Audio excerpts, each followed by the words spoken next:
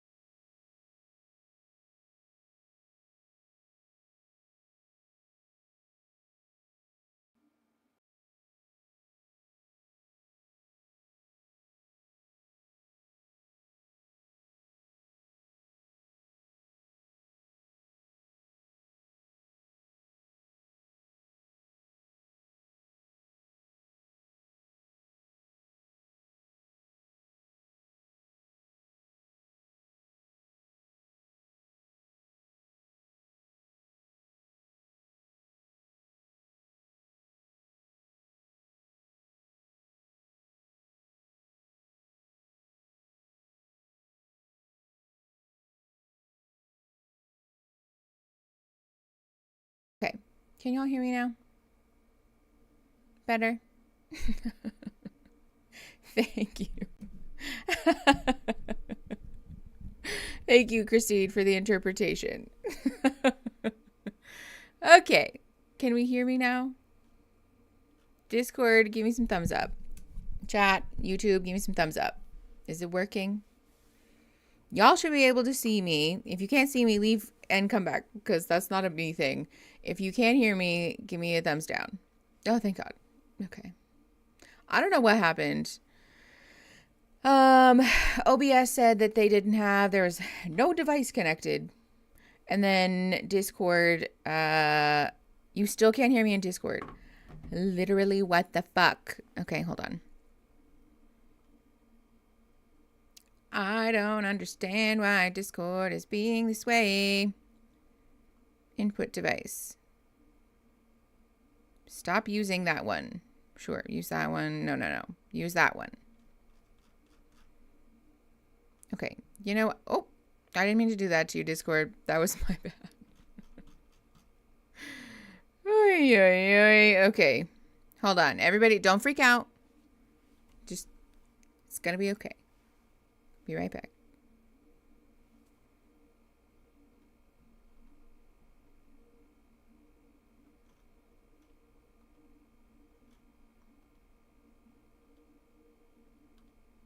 Okay, can you hear me? How's that? Yes, great. I just had to reconnect it. Awesome.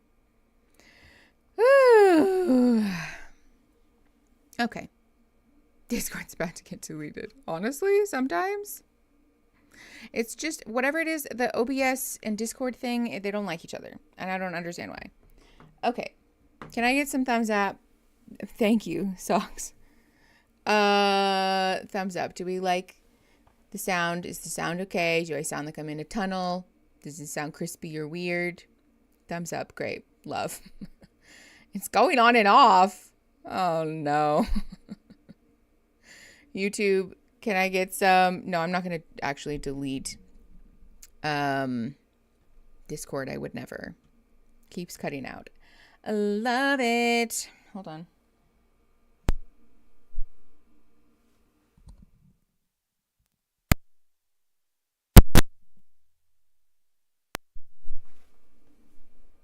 Okay.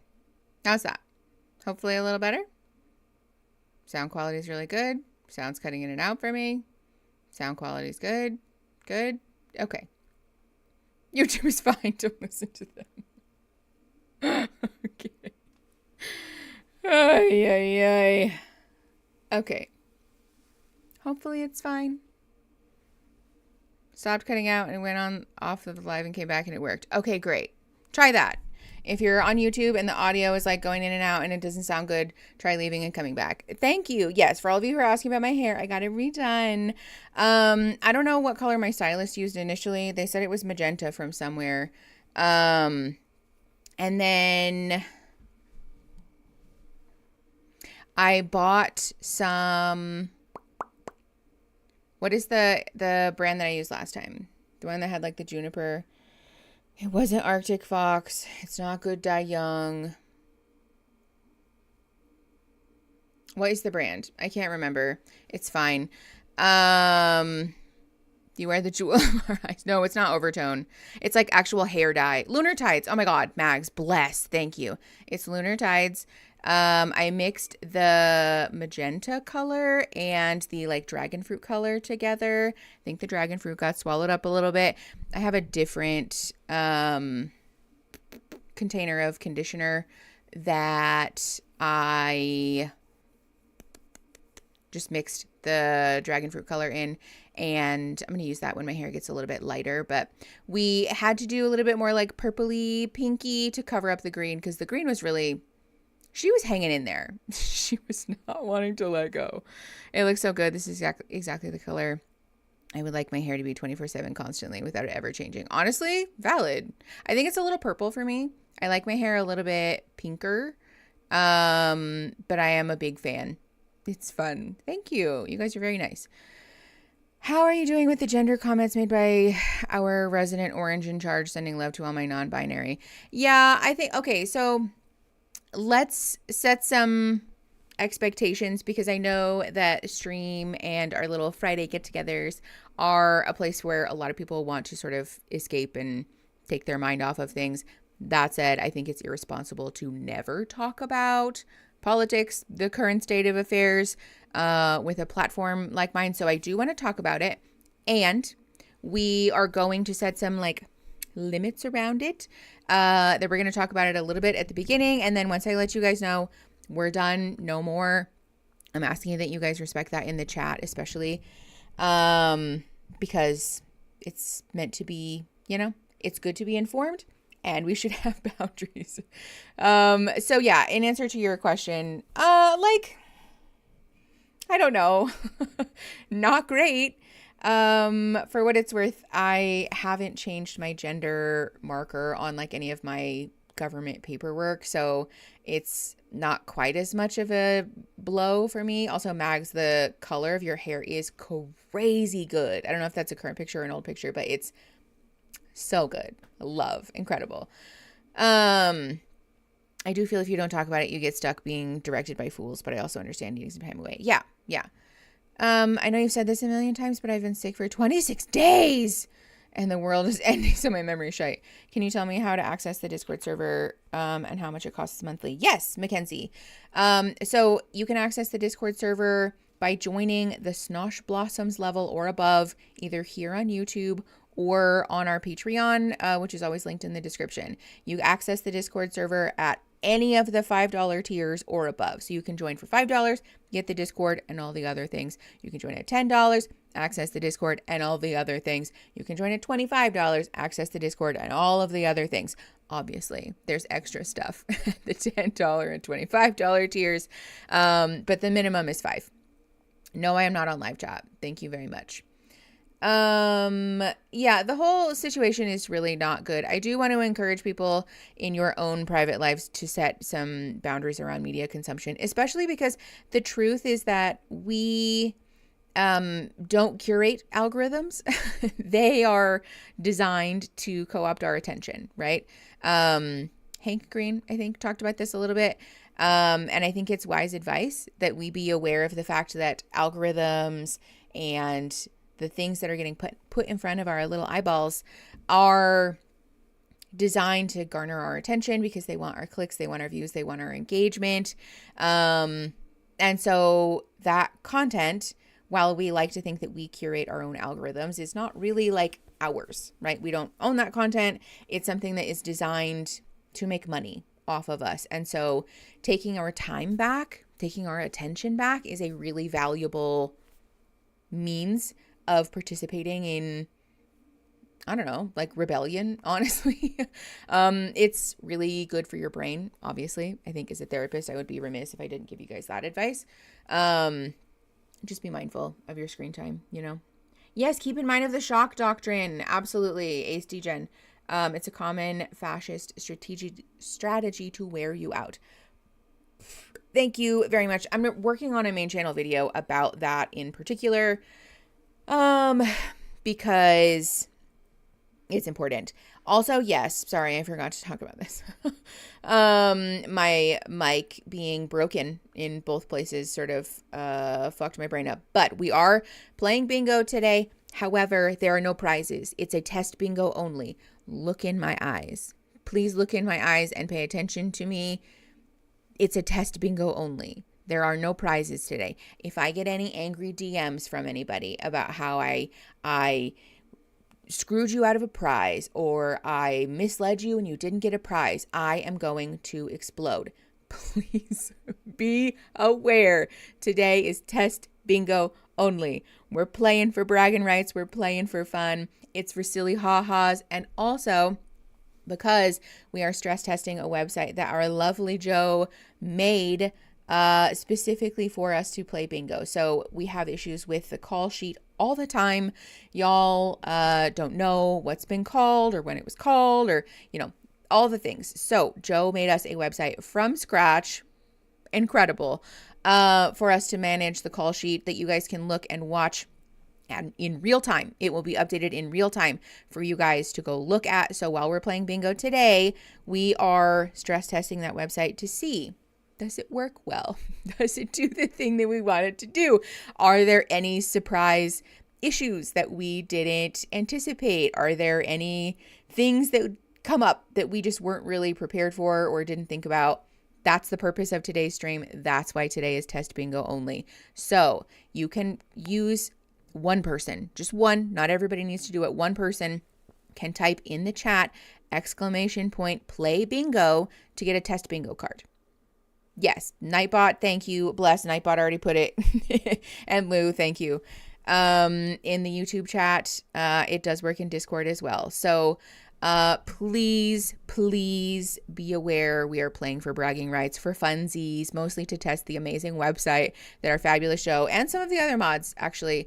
It was a team effort. Folks went in together to work on this website, and it's, I think, amazing. I'm so excited about it. It looks beautiful. It's so good.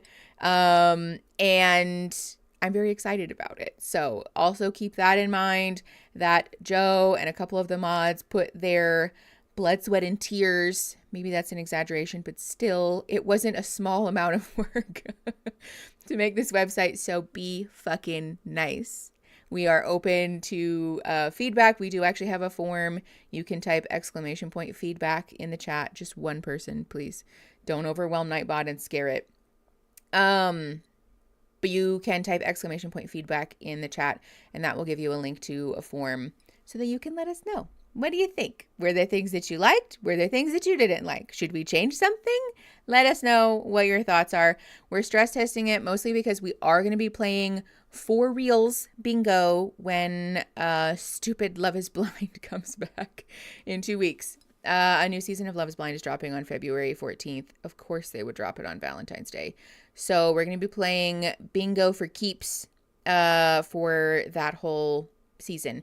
But this one, we're doing a test, obviously, to make sure that we're not coming right out of the gate swinging when it like really matters, and then surprise, there's issues. So I'm really struggling to focus on work when people I love are being actively hurt. Oh God, Michelle, yes, absolutely. I spent a good amount of my time crying at home after seeing things like that, because it's really scary. It's scary and it's hard, and it's, I think, very discordant. It's a discordant reality to live in, where you're seeing these horrible, awful things online, and we're aware of how awful things are in the world. And then it's like, go to work, you know, do your job, take care of your kids, make dinner for your family. Like, it's a hard thing to, I think, integrate into our brain, you know? Hunter, I love that for you. I'm supposed to be working right now, but Rowan, fair enough. I think that's super valid. I let myself cry for the first time in a long time today, and my face still feels puffy, but now we have coffee, so the day's looking up. Mags, I love that. And also proud of you, because crying takes courage. It's a scary thing to do in a world that stigmatizes it so much. Hi, Hex and Moon. I hope you're taking care of yourself too. Jade, I feel like I'm doing better at taking care of myself than I normally do. Because I have spent so much time off of the internet, I feel way less anxious than I normally am. So can confirm setting boundaries with yourself around the internet really does work. Thank you. It was with my therapist. Yay! Go therapists. Yes. A shout out to Hannah. She just texted me. Hi, Hannah. I love you. I'll text you back when stream's over. Echelon's a precious kitten. Yes. In case you didn't know, we have Echelon and Imogen and Savannah and Olivia commands for Nightbot to pet my pets. It's been hard because my kid is watching my partner and I be so scared and upset about everything, and I feel guilty he's seeing this that way. I think it's a balance though, Patchouli. Kids that grow up in homes with parents that never express emotion in front of them also have issues when they grow up, right? It's a really, really important thing, showing our kids that you can have feelings, that you can have emotions, that you can cry, that you can be scared, and that you can move through those, right? That we can make space for those and we can talk about them, that like your partner and you, for example, are supporting each other through those things. That's really positive. That's like healthy learning for a child to have about relationships and feelings. So I want to validate that, like, yes, we don't want to be people who are, projecting our anxiety onto our kids, and also be kind, because you can't be a robot all the time, Low-key wish Nightbot could bet this on the way. Allie, that's valid. You're probably right. Is the pod with Hannah ever coming back? Missing them so much. I know. I miss them too. At this point, we don't have any plans to revive it simply because shit is like just all over everywhere. It's a lot to manage. Both of us taking care of our own channels and the pod. And I think the reality is that unless one of us is making enough money, or we're both making enough money to go in halvesies on an editor for that, it's not happening in the near future. We were hoping that we would be able to grow the podcast to at least like not take a super duper loss on an editor. But editors are expensive. So my parents were very emotionally immature, which is why when I worked with kids, I let them always express themselves. Yeah, that's how, yes. Bless up, Kyle, because that's the way it should be. Hi, Hannah. Yes, we don't have money for editors. Lots of staying with therapy appointments and leaning on our church community that is open and affirming. We love an open and affirming spiritual place. Yes, the research is very clear about that. It's healthy and good for you when it's a safe place, when it's a valuable or a place that values you, rather. I'm so late. I'm sure it's been said already, but I love your hair. Hi, Imogen. Thank you. Cartwheels are hard. Thank you. What? What are y'all talking about? Trying to set boundaries around the news I consume, but struggling to find a good solution. If I follow regular news outlets, I get sucked into the minute by minute updates. Yeah, Rowan, it's really hard. Do try and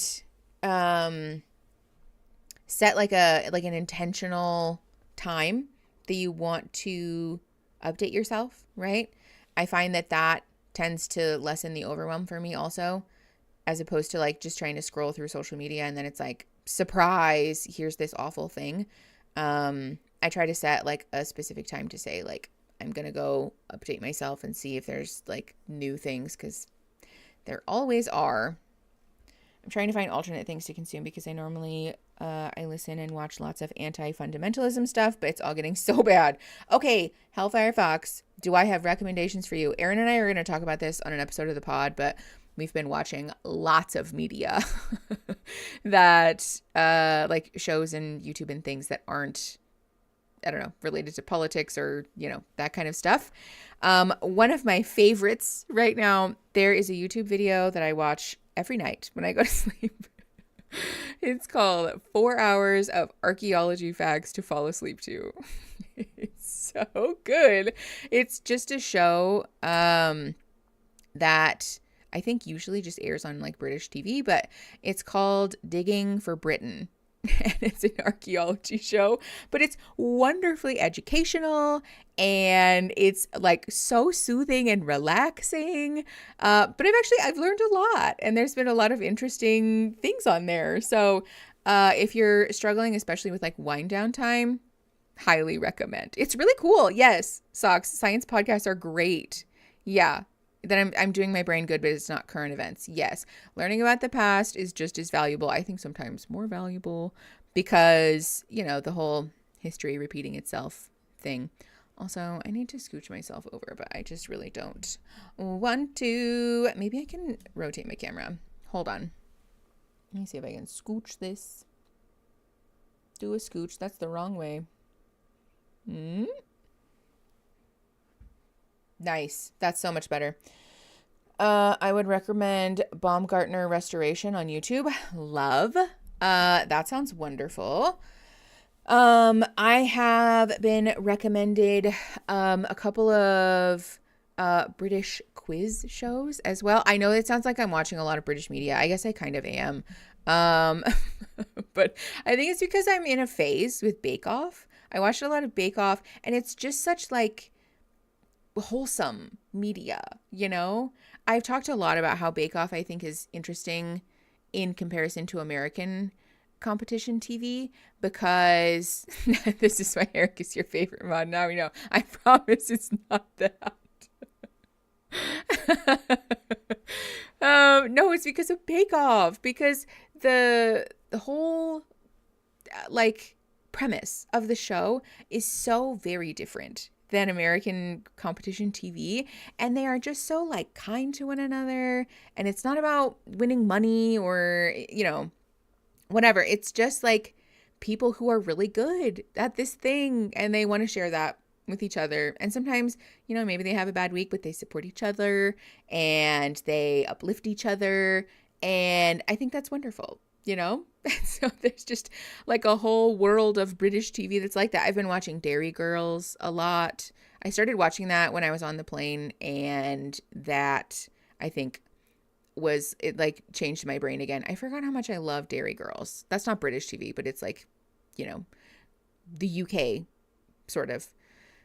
Having a severe anxiety disorder in this administration is a nightmare. Anyone else out there who's struggling with the same thing, you're not alone and we can make it, I promise. HT, yes. Also big love to you. Because it's hard. It's scary. And I feel like just existing with a cell phone is like having your central nervous system just like pop, pop, pop, pop all day, every day. It's very unfun. I talk to my clients about it too, that sometimes overexposure to the media is like putting your nervous system on sandpaper, you know? Your nerves are being like grated, like put through a cheese grater. And of course you're dysregulated at the end of that, you know? Was only half listening.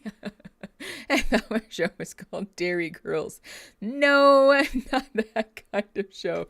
It's Derry, as in Londonderry, the town Derry in Ireland.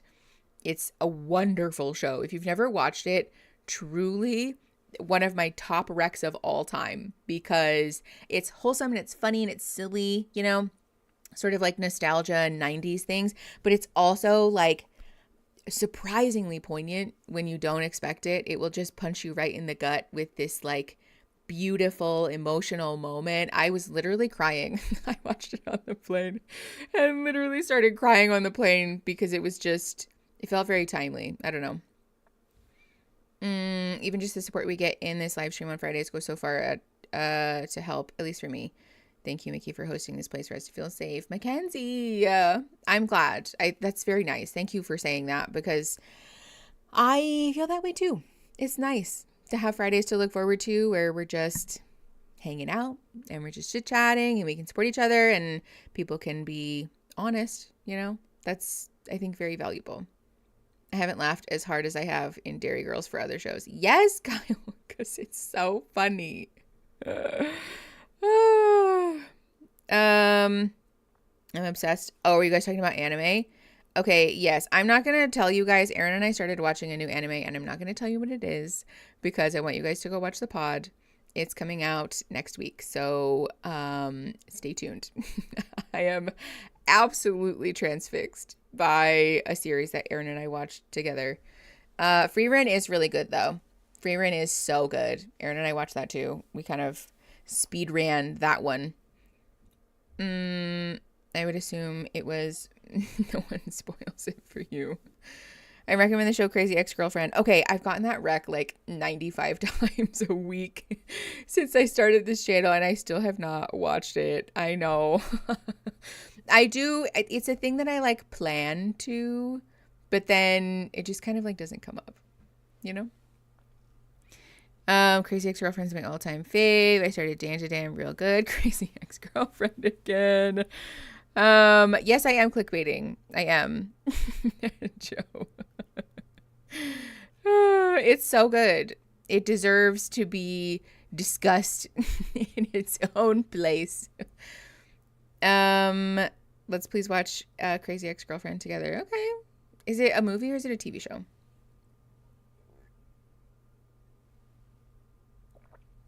Crazy Ex-Girlfriend's an awesome show, but it's available almost nowhere right now. Oh, interesting. Okay. Hi, Sam. I wanted to like Dan to Dan, but I cannot. It makes me so uncomfortable. Watch Dan to Dan. Y'all really like Dan to Dan. One thing I have found about disasters and catastrophizing is making sure to find the worst case and most likely case to balance things out, and remember statistically humans pull together and not fall apart when things get bad. Disasters as a job and PTSD taught me this real fast. Okay, Luthien, yes, that is one thing that's kind of, it's hard being a therapist sometimes because in moments like this, obviously you're hearing a lot about the very worst parts of the world and people's lives, you know? Joe, thank you for the 5 memberships. Sorry, I burped in the mic. Cloudy Days, Little E, Patchouli, Moonchild, and Morgan Osborne. Welcome back to, I think, most of y'all. But the nice thing about being a therapist is that you also see the resilience of human beings and the way that we lean toward each other. I think that's really beautiful. It makes me feel better anyways, because you talk to people all day about like these terrible, awful, traumatizing things, and then they seem to come to the same conclusion on their own, which is that they want to be in community, right? They want to be with their families, they want to be with their friends, they want to be seen, and they want to see other people, which is, I think, very, I don't know, encouraging. My therapist recommended this. I get 15 minutes of worry time a day where I write down all my worries and feel my feelings for 15 minutes and then compartmentalize. Valid. I love how with Mickey memberships, it's always welcome back. Because we've all had gifted memberships at least once. Yes, Emmy, absolutely. Hi, Abby. How are you? Doop, doop, doop. Working in oncology psych has taught me so much about how people cope with some of the worst news of their lives. Penguin, absolutely. Oh, Joe Hobson, thank you for $5. You will not regret Crazy Ex-Girlfriend. My absolute favorite show. I know that conversation is past, but just needed to say this. Totally fair, and I respect that. I'll have to watch it. We will try to figure out a time that we can watch it on stream together, maybe. I finally made it to stream for the first time in forever. Hi, Trev. How are you? Not sure how close you are to Yuma, but Sunny's book truck is starting a lending library for books to help educate and comfort with everything going on right now. That's so nice. I'm pretty far from Yuma. I think it's a couple of hours from here. But I wonder if someone has done something similar in Tucson. Tucson is actually such a wonderful place for things like that. They're like very, I don't know, invested in community development. So Deadlock is another really funny show that I loved. It's Australian. Oh, interesting. Love. What? Whose boyfriend gave who an UTI? What are you talking about?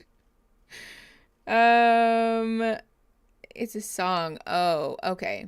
The music is also fun, but if you just want to watch the music vids. If you guys make me like a recommendation list.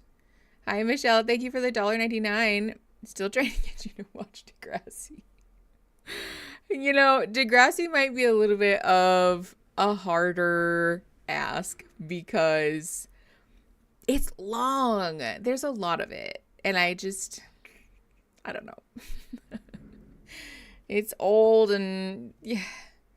I would love to watch you analyzing Gilmore Girls. That one too. Gilmore Girls is long too. Isn't there like a bajillion and one seasons? Can Mickey watch Bluey? Oh, I love Bluey. I am obsessed with Bluey. Teach us how to reparent our inner child.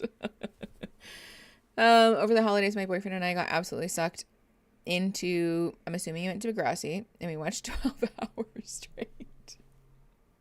Sometimes I'm really thankful that Aaron is the opposite of me in that sense, because I will sit and watch 12 hours of something, but Aaron cannot. He will watch like 2 episodes, maybe 3 episodes if they're hour-long episodes, and then we're done. We got to at least get up and do something or watch something or, you know.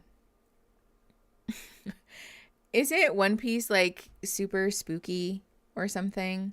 Bluey's fantastic. Agreed. Okay. Gilmore Girls. Y'all really like Gilmore Girls.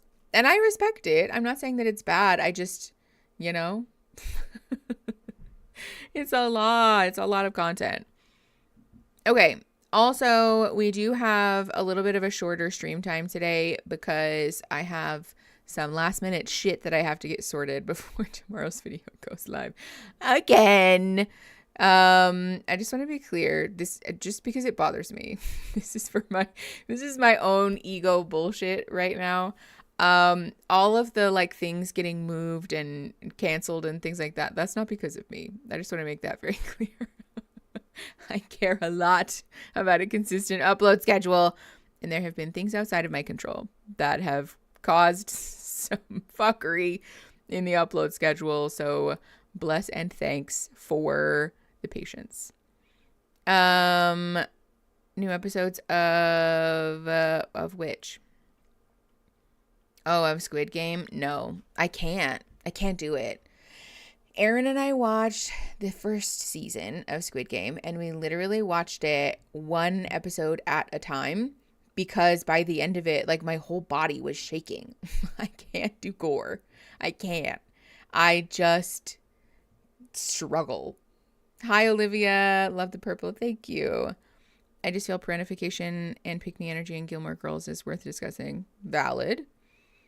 Kevin Can Go Fuck Himself is also a great show. I've heard that too. I do really want to watch Kevin Can Go Fuck Himself. That's on Netflix, yeah? I can't do Squid Games, The Handmaid's Tale, etc. It's all too close. Yeah, that too. Yeah. Also, quite frankly, I don't think we could watch that on YouTube. I think YouTube would demonetize that in a goddamn hurry. My dog says hello to you all. Oh, hi, HT's dog. My husband and I did that with Haunting of Hill House. Oh, yeah, I hate horror movies. I don't like horror. I don't like ghost stories. I don't like gore. It's not for me. It's not for me. It freaks me out. I don't think a Gilmore Girls would be best for a deep dive, but more of like a highlight reel of trauma. Highlight reel of trauma? Okay. Kevin Can Go Fuck Himself is from Worcester, Massachusetts, my hometown, baby. Pamela, that's really cool. Also, I learned this the other day. Did you guys know that Little House on the Prairie was filmed in Old Tucson? I did not know that. I think that's so cool. Little House on the Prairie, that's, talk about a highlight reel of trauma. Queen's Gambit is also good. Ghost Stories, stuff. Just kidding. There's a new show called Paradise, I think, from ABC that has Sarah Shahai playing a therapist, and the setting is so interesting. Oh, I've only seen the first 3 episodes, so it might be interesting. Okay, y'all come with the TV recs. Worst, okay, equals Wista? Be serious. The way that I had a feeling that it was going to be that. Wista? Wista? I feel like I'm losing my mind. Okay. We are going to start watching The Ultimatum today. For those of you that have just popped in or new and don't know, we're doing a test batch of bingo today. So if somebody, just one person, wants to click or type exclamation point play bingo in the chat, you will get a link to make yourself a bingo card.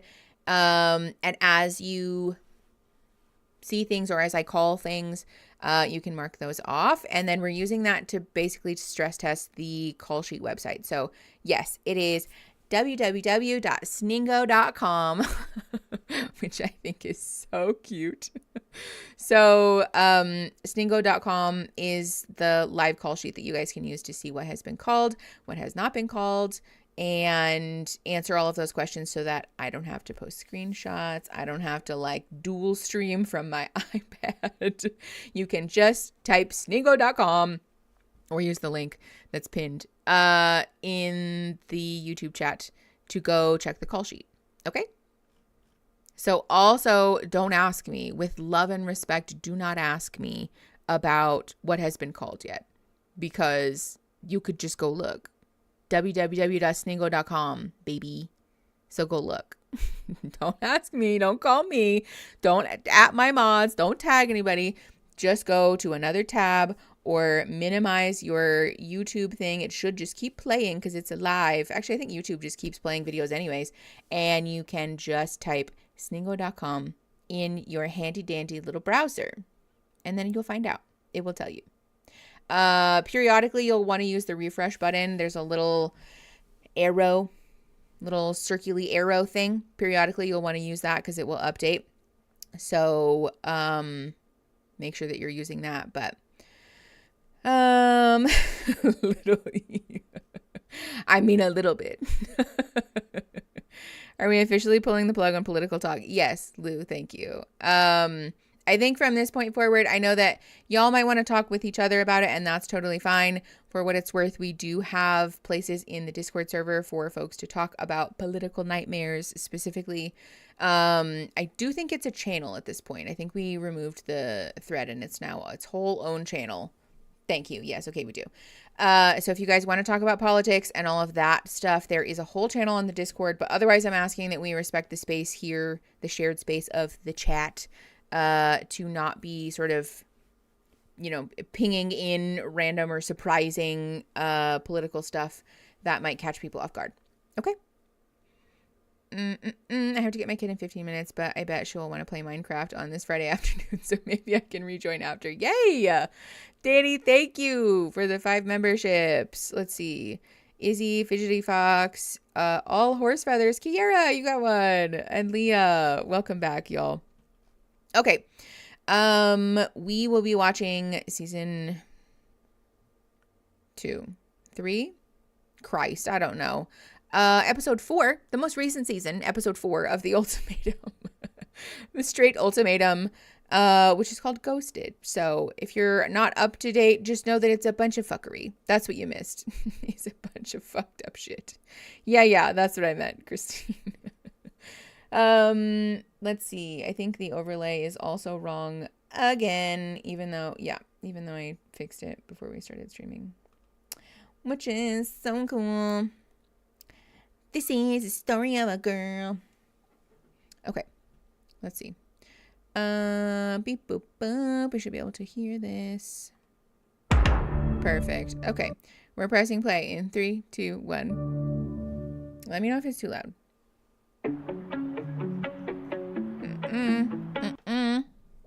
That music is too loud.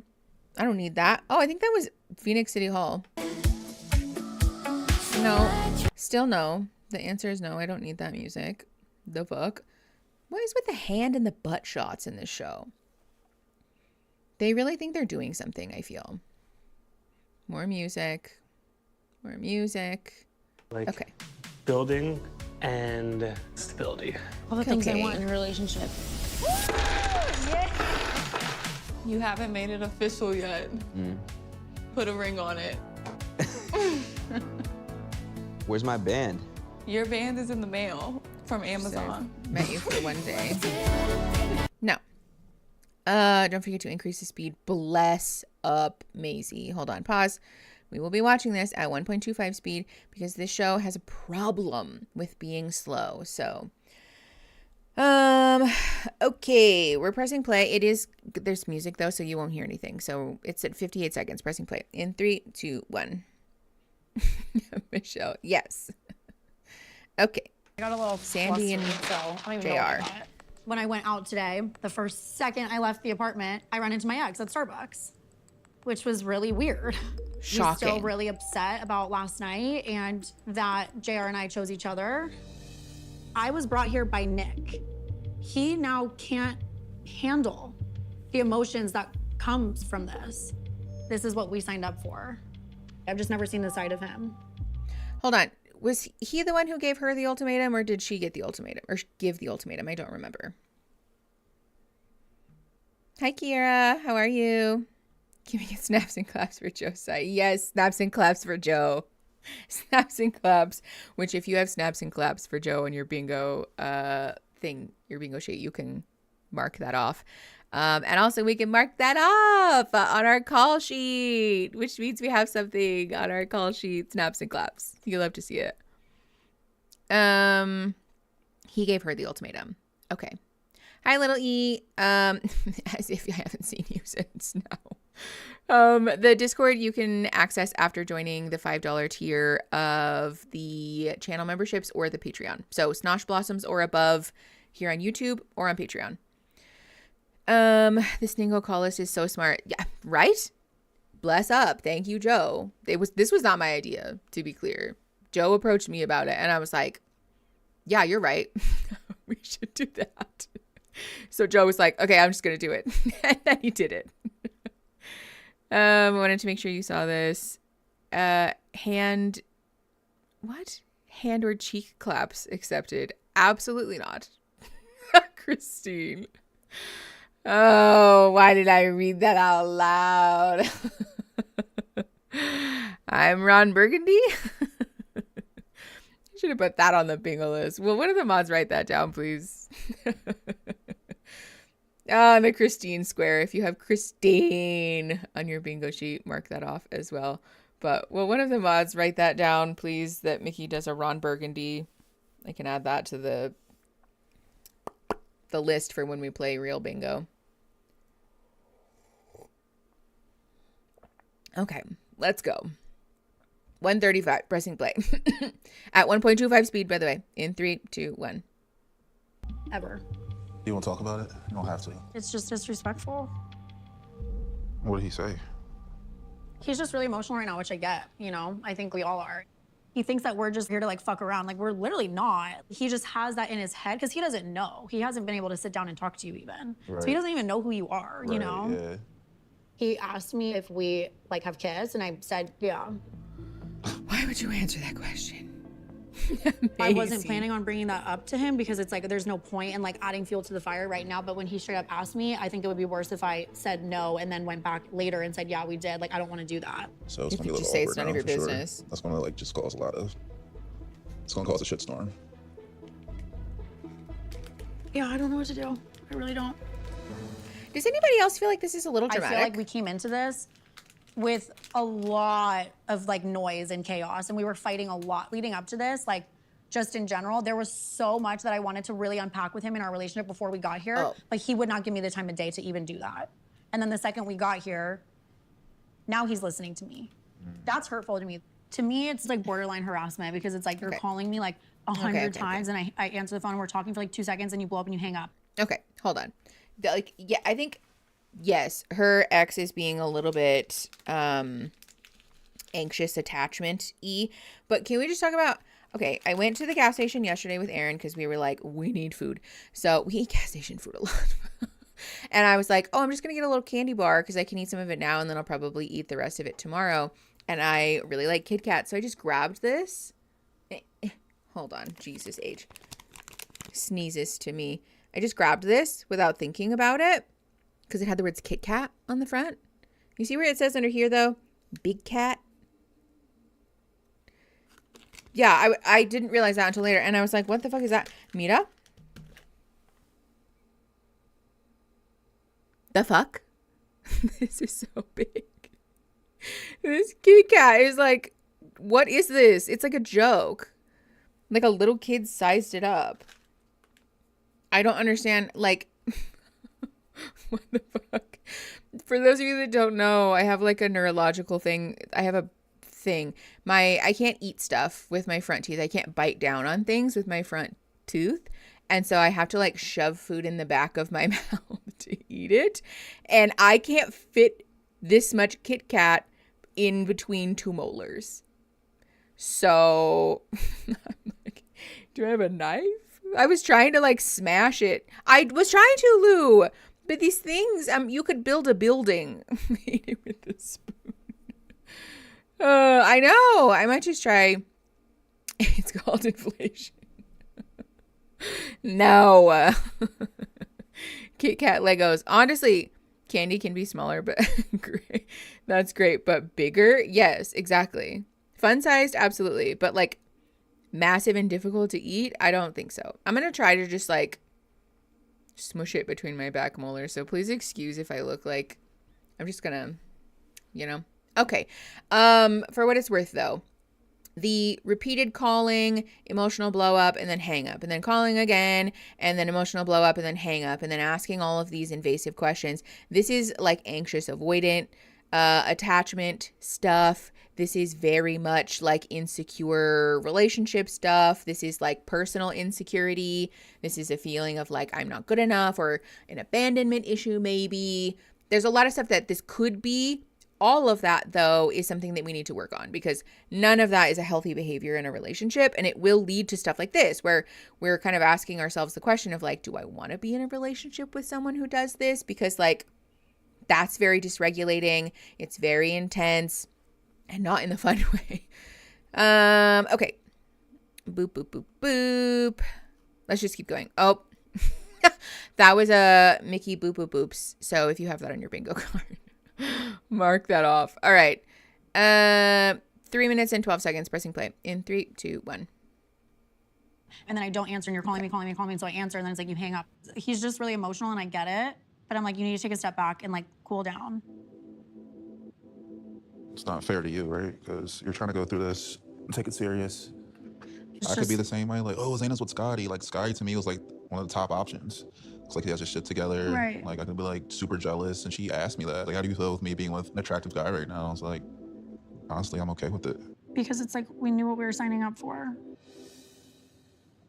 I can definitely see it's bothering you, and that like bothers me that it bothers you, honestly. So you're like a very sweet person. How would he react if you just like didn't respond to him? That's kind of what I'm doing, but he just keeps going. I'm trying my best, like I really am. Yeah, this is a difficult situation to be put in. Okay, with the vocalizing. This does feel a little bit dramatic, though. You know? I've seen the darkest of days. Be so serious. Okay. Is it normal that we can see the Netflix video, but Mickey's video is turned off? No. Oh! Okay, hold on. First of all, is there something wrong with Discord? Let me double check. It looks like it's fine for me. If it's fucked up for you, try exiting the room and then coming back, because sometimes it Discord's fucky. This is night vision. I don't understand this whole night vision situation. I have like chocolate residue on my hands and it's going to drive me to murder. I just had to do that and Mickey's back. Okay, great. I thought it was my internet. Discord's being weird. For what it's worth, Mickey, I think your big cat eating struggles only enhance your side-eye reaction faces. Fair enough. It does get dramatic. Foreshadowing. Okay. This is Nick and Vanessa. Not the hosts Nick and Vanessa, but Nick and Vanessa. I think this is beardy guy and the woman who has like a sort of small angular face. She has brown hair. She was in the workout thing at the beginning, I'm pretty sure. Okay, anyways, 4:41, pressing play in 3, 2, 1. What the going on? Okay. had just come home from the mall and Micah's not here. His stuff was gone and the book he lent me was gone. So I'm confused as to why he left and didn't say a word. Wow, what an asshole. I came back to the apartment and I'm alone. Vanessa packed up her things and left. There was no goodbye. Okay. Overlay. Earlier in the day, Dave, Vanessa, Micah, and Chanel secretly met off camera. Okay. This music is really intense. That evening, surveillance cameras captured them packing. Also, as if producers aren't, like, aware of everything that they do at all times, whatever. This music is so aggressive. I had a really great connection with Vanessa. I think I tapped into something that she's been wanting to feel in her relationship with Dave. I really wanted to build on how I did. And this entire experience is provided for us to be in difficult situations. Like each other. It's challenging. Dave, he may have been threatened, I don't know. But Vanessa got her stuff out and she's gone. Okay, Dave, Vanessa, Micah, and Chanel quickly departed. Okay. This music is abruptly ending their experience. Now I'm alone, which is the exact opposite of what this experience is supposed to do. No one here is supposed to be alone. Yeah, it's interesting that they just For left. it to only be 3 days into the trial marriage, it didn't feel like there was really any real effort to apply himself. I'm just the kind of person where, like, if I've invested this much, then I definitely want to see things through. And so I very much am interested in this experience. And now there's nobody there, and it's like I really need to lean on myself. Pause. The cast was informed that Nick and Mariah are now alone in the experience. Okay. I know they talk about it like a prison break. I feel bad for Mariah that Micah left. Knowing Mariah and how she handles being alone, and then you add on that she may see Aria and I out and we're laughing, that could create a list of issues. I'm pissed that Vanessa left Nick alone. I lost a lot of respect for her. It really fucked up the group dynamic. It impacts everybody here. We're all connected. So if one person leaves, it has like a ripple effect, let alone 4 people leaving. I'm in another trial marriage, and he's by himself, and we're not even supposed to be talking. It was just like a recipe for disaster. Okay, so listen, literally just go to therapy. But also, okay, this whole thing kind of comes across as like, we really got one over on the producers. And I think it's important for us to sort of settle in the reality here that for Netflix, and for Love is Blind, at least, it seems as though their contracts are pretty ironclad, right? This has been the center of the issue for a lot of folks who've done Love is Blind, which is that in order to leave, you have to buy yourself out of a contract, which costs several $1,000s, which obviously very few people can afford to do. And so people end up getting sort of stuck in this situation. The issue for me is that we're presenting this as though Netflix's involvement in this is just a series of cameras that have been set up in the apartments and they just sit and watch, like as if they don't have camera crews and producers and sound people and like a whole bunch of staff whose job it is to check on the contestants and like be available in case somebody gets sick and like liaisons and all of these people, right? In case you're not aware, there's like an army of people that's required to legally and ethically make a reality TV show. Let's be clear, Netflix and Kinetic Content have a history of making allegedly unethical content as it comes to reality TV. But the presentation of this is though Netflix and Kinetic Content were just like, that's so weird, they're gone. As if they just had no idea. To me, it smells a little phony. I don't know that I believe that. And even if that is the case, I find it hard to believe that there wasn't a conversation that was had at least after the fact between the producers and the folks who left, because you can't just do that. Yes, Netflix would sue their pants off. Exactly, Trav. I find it hard to believe that this is really the situation. I think we're presenting it this way for the drama of it all, but likely what happened is that the cast sat down with some of their producers or the, proverbial powers that be and were like, listen, we're leaving, so figure it out. Like, we're, putting in motion a series of red tape things that have to happen in order for them to leave. I also think it's important to call attention to the B-roll that they're showing us while they're telling us all of this, and while they're showing us oh god, I don't remember their names, but these people's talking heads about how they're so mad, and oh, this will be hard for my partner because, I know how she is while she's alone. Cut to some B-roll of her pouring wine in a glass, right? Oh, I hate that Nick is alone because he's having a hard time and all this stuff. Cut to Nick taking a big old drink out of something in a wine glass.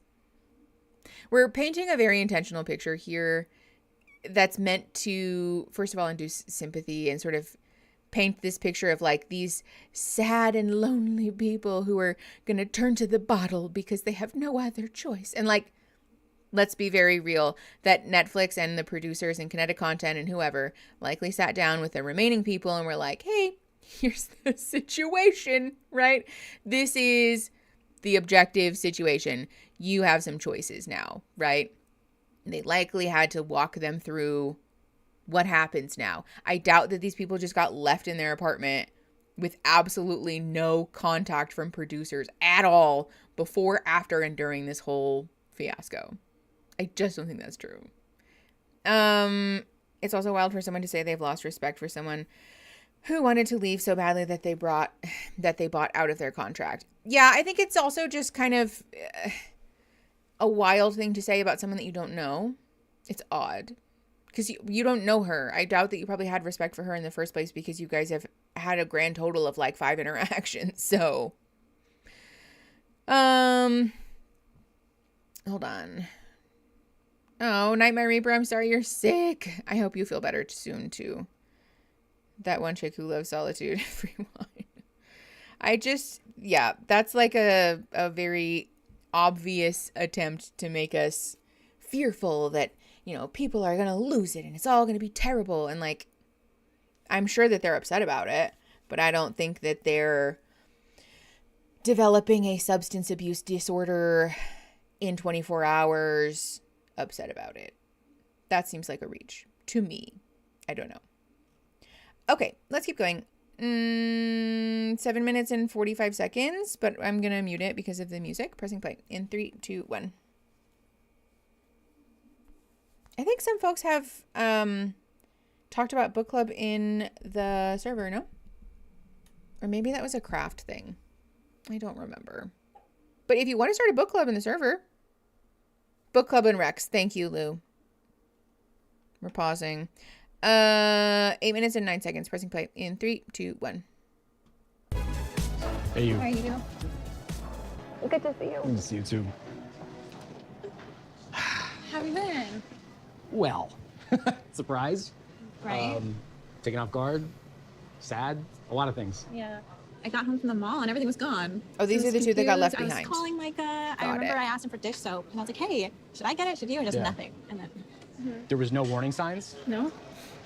I don't know what happened. Yeah. So, yeah. I don't think anything happened with you. But it almost felt kind of like a divorce. Like what would happen if someone packed their stuff and left? Yep. I feel abandoned. Mm-hmm. Thank you. I really like Vanessa. Yeah. Me too. I thought she was wonderful. He had such a vibe. Just don't understand people as much as I think I do. Yeah. Dave was really challenged in this, and There's she a gave few him warning the ultimatum, signs. and I felt Joe. like he was the reason she left. I was very sure that Dave was going to want to propose to her.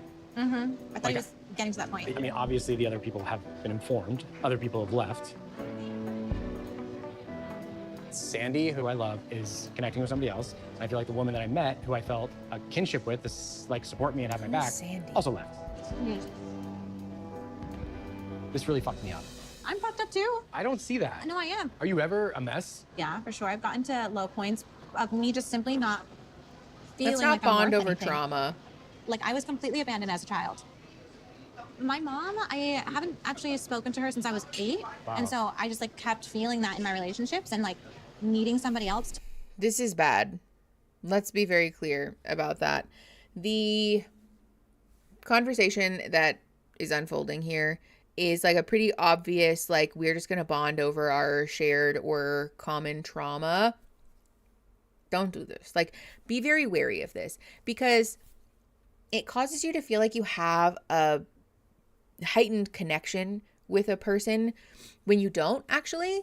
You're just sort of like bleh, your trauma on each other. And because you're especially like in this situation, they're in a very vulnerable state. Now they feel like, oh, this is my person. Like, they get me, right? This person understands this very unique situation that I'm in. And so now we're sharing all of this other trauma about childhood and past relationships and all of these things. And like him trying to elicit this information from her is also a red flag for me. I don't know. I think Sandy is the woman who was talking about running into her ex at Starbucks and the repeated phone calls and emotional blow up and hang up and emotional blow up and hang up. If that is the case, this is bad news, right? This man who somehow, okay, it was Sandy, thank you.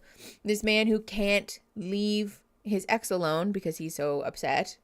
Granted, we have no proof of that. That's just what Sandy said, but still, if that's the case,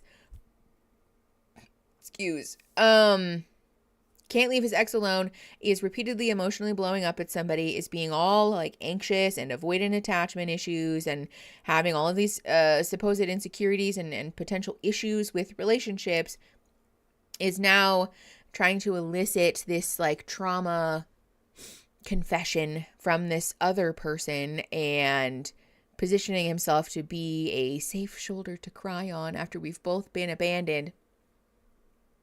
Bad news. Yuck. Get out of there. Get out of there, because this person actually doesn't really have anything in common with you, at least that we're aware of. And also, he knows nothing about you. He has asked or shown interest in nothing about who you are as a person, but rather elicited information about your traumas, seemingly for the purpose of bonding over those things. That's not a healthy relationship. Don't do that. Please be very wary of that. Christine got called. Boop Boop Boops got called. Yeah. When is a good time to tell people the trauma that you have, and when does it become a bad thing when talking about trauma? Well, listen, it's not necessarily about, after X amount of time, this is the right time.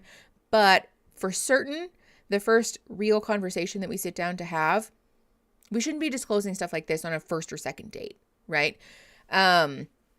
When we are getting to know somebody, or we're moving through like the talking phase and we're starting to talk about more serious stuff, right? When somebody asks like, tell me about your family, well, maybe I don't have a great relationship with my family. There's like some trauma there. So, I think that's a perfectly fine first disclosure. Maybe we come back and revisit that another day, right? Ideally, when we're moving through a relationship, we're doing it in a way that shows a genuine interest in who the person is intrinsically, rather than only discussing trauma, right? Because that's also part of the conversation here. Is it's not necessarily about the perfect timeline so much as it is about, does this person actually want to know me? Does this person seem to take an interest in my hobbies, my emotions, my feelings, my interests, my likes, my dislikes, my opinions, my values, my beliefs, my ethics, my job, my friends, my community, my family? If they haven't shown an interest in any of those things, but they want to know about your trauma, that's a red flag. So I want to invite people to just keep that in the back of your mind, right? When we're talking about new friendships, new dating or romantic relationships, adding people into our community. Trauma is a thing that we disclose as we create a greater feeling of safety, rather than a thing that we disclose to create the feeling of safety. That's a key difference, in my opinion. I'm happy if someone is comfortable with me, to be honest, but yeah, there needs to be something beyond that. Well, and yeah, again, it's something that we disclose with trust, because of trust, not to create the trust. Okay, let's keep going. Also, I'm gonna mute my mic because I, for some reason, have a stuffy nose, so I'm gonna blow my nose real quick. 10 minutes and 13 seconds. Pressing play in 3, 2, 1.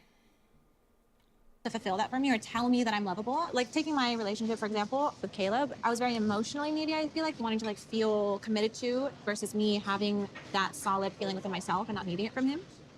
But I think I really am so driven to be not fucked up that I'm okay with going through this experience. And now that it's changed even more so because all the things I wanted to work on still remain the same. This is an opportunity for me to be with myself. Yeah, and that's how I feel. In an uncomfortable way. Mm-hmm. I'm hopeful that something good will come from this. Yeah. Mariah and I are on the same page. We definitely don't want to be in the same living situation, but we are very willing to support each other through this experience and spend more time together. Cheers. Thank you. Yeah. I appreciate you. I gave the ultimatum to Sandy because I love her. I do want to get married to her, but Sandy and I both have work to do. I'm hopeful that this is all for a reason, but she's living with a guy that she's attracted to, hooking up with or whatever. Like, my fear is that JR gets to her heart. I'm scared.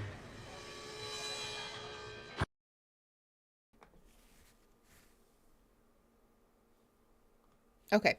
I think this man is insecure about the way that he looks. I'm also wondering if there is some problems, dysfunction, unhappiness, issues that they've had with their physical intimacy or sexual intimacy, because he seems to be particularly fixated on whether or not Sandy is having sex with someone else. I don't know if that's a racism thing, because it seems like there's some racial issues and fetishization happening there. I don't know if that's simply because he has some insecurities about himself or his body or his, I don't know, virility, right? His sexual performance, which sex should never be a performance. That's the whole thing. We have a video about it. It's look on the channel. But yeah, it could just be that he's controlling too. But oftentimes when people are controlling, it comes from somewhere, right? And we're trying to control a thing because we don't want our partner to have male friends, because if they have male friends, then they won't love me anymore and they won't want to be with me, and then we'll get a divorce, right? This is like a fundy playbook, right? We are not allowed to have friends of the opposite sex because then you might think about them sexually. Really, this is just because it's a dehumanization and controlling nature that we have, but it's often motivated by male inefficacy, right? By men who have not done any meaningful work on themselves or their identities or their sense of selves, and so they find their value in owning a woman rather than finding their value in their intrinsic selves. And so they create all of these stopping points to try to prevent their woman from escaping, right? I don't think they would ever voice it that way, but that is very much like the subtext of the way that religious fundamentalist men treat their partners. And like, it's possible that this is a similar thing, but maybe just not in quite such a religious context. Yeah, there's a lot of weird racial undertones happening there. Emotional. What is wrong with my brain? Exclamation point. Play bingo.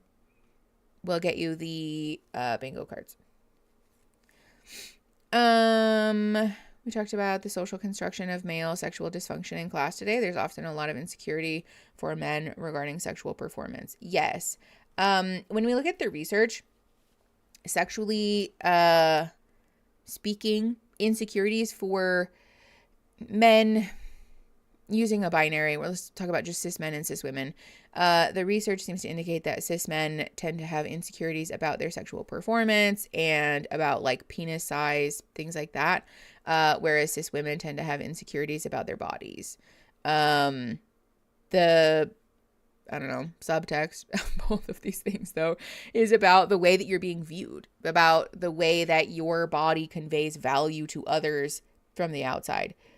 None of those things are about connection. None of those things are about our ability to be intimate or be vulnerable, right? Which is really what ideally intimacy in any form is meant to facilitate. So keep that in mind for what it's worth. We have a whole video about sex tips on the channel. We have actually a bunch of videos about tips for sexual intimacy generally, sexual development and things like that. So go look at those if you need them. But bye Max, thanks for coming. I bet they offered to pair them together and they said no, because he's batshit insane. Honestly, I hope so. He does not seem well. He does not seem like he's at all in a place to be exploring a partnership with someone else if he is that degree of fixated on Sandy. So I think he's right. I think he needs some time to himself. Okay, let's keep going. 11 minutes and 27 seconds. I'm going to mute it though because of the music. Pressing play in 3, 2, 1. Look at that. Phoenix is so pretty. It's just a bunch of lights and traffic now. Good. How's your work day going? It's just really busy. It's a lot. It's also probably a lot with a new wife. Oh, Ass to grass. okay, with the music. This is just like a montage. Try this. Of folks. Do you think that Scotty would approve me using your spoon? No. It's Would okay. you approve? Yeah. That is such a low bar. Like, I've shared spoons and straws with No, friends. there's like these intimidate me. Thank you. You're welcome. Oh, finally getting some air today. Literally. Was there ever a point that you feel like you had What was that angle? doubts about the idea that we could be compatible in a trial marriage? Yes.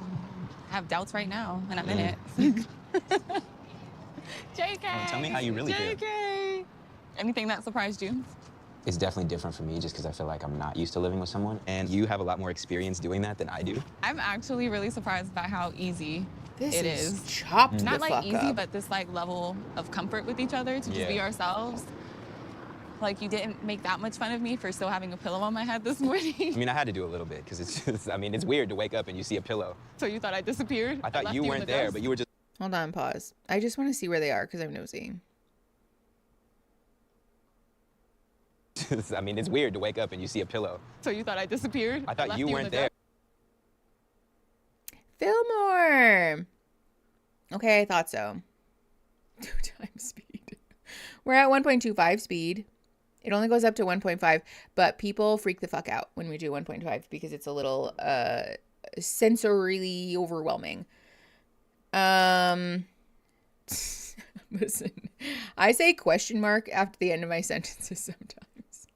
So I'm not in a place to judge. Why is it so weird to have a pillow on your head? I don't know. I'm not really sure. Okay, let's keep going. 13 minutes and 29 seconds. Pressing play in 3, 2, 1. But you were just under the pillow. I'm glad you don't snore. Yeah, I mean, it's important to look at the positives, I guess. I didn't realize how seamless the transition would be, especially just living with someone completely new.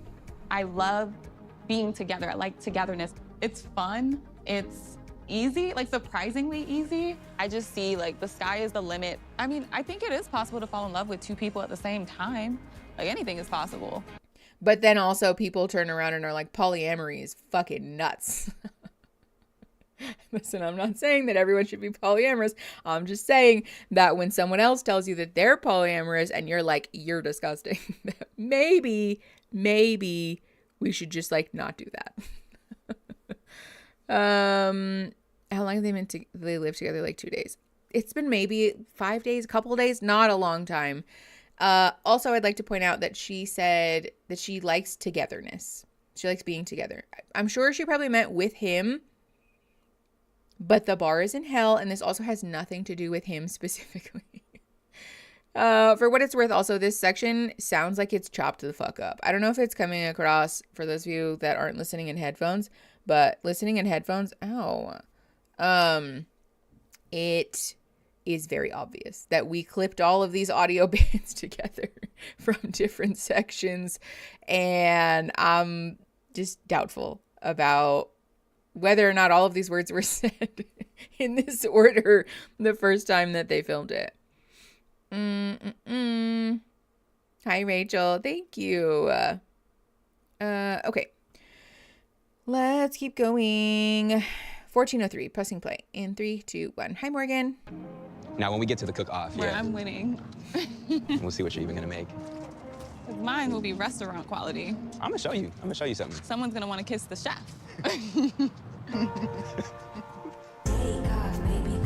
Oh, okay. More music. It's just a B-roll of a park. Like, you're in my space, you know what I mean? At the same time, too, I think the thing that interests me, like, with you is that you're very different to my ex. Yeah? Yeah. You have, like, this, like, calmness to you that I really appreciate. And I feel like that makes me feel, like, at ease, and I do appreciate that. The thing that's, like, really mature of you is that... Oh, yeah, you're right. Hold on, pause. I did pause for B-roll of Phoenix. So if you guys have Mickey pauses to look at B-roll of Phoenix, you can mark that off of your bingo sheet. I think there was something else that I forgot. Oh, yes, there's like 5 or 6 couples, but 2 of them just disbanded. So I don't know, 3 left, I think. Okay. 1447 at 1.5 speed, pressing play in 3, 2, 1. You can tell that you're secure in Kyle. yourself. That was my concern with my I ex. love you is and like, never call me do Mix you really again. know yourself? Do you really know what you want? My ex uses the term blind faith a lot. What does that mean?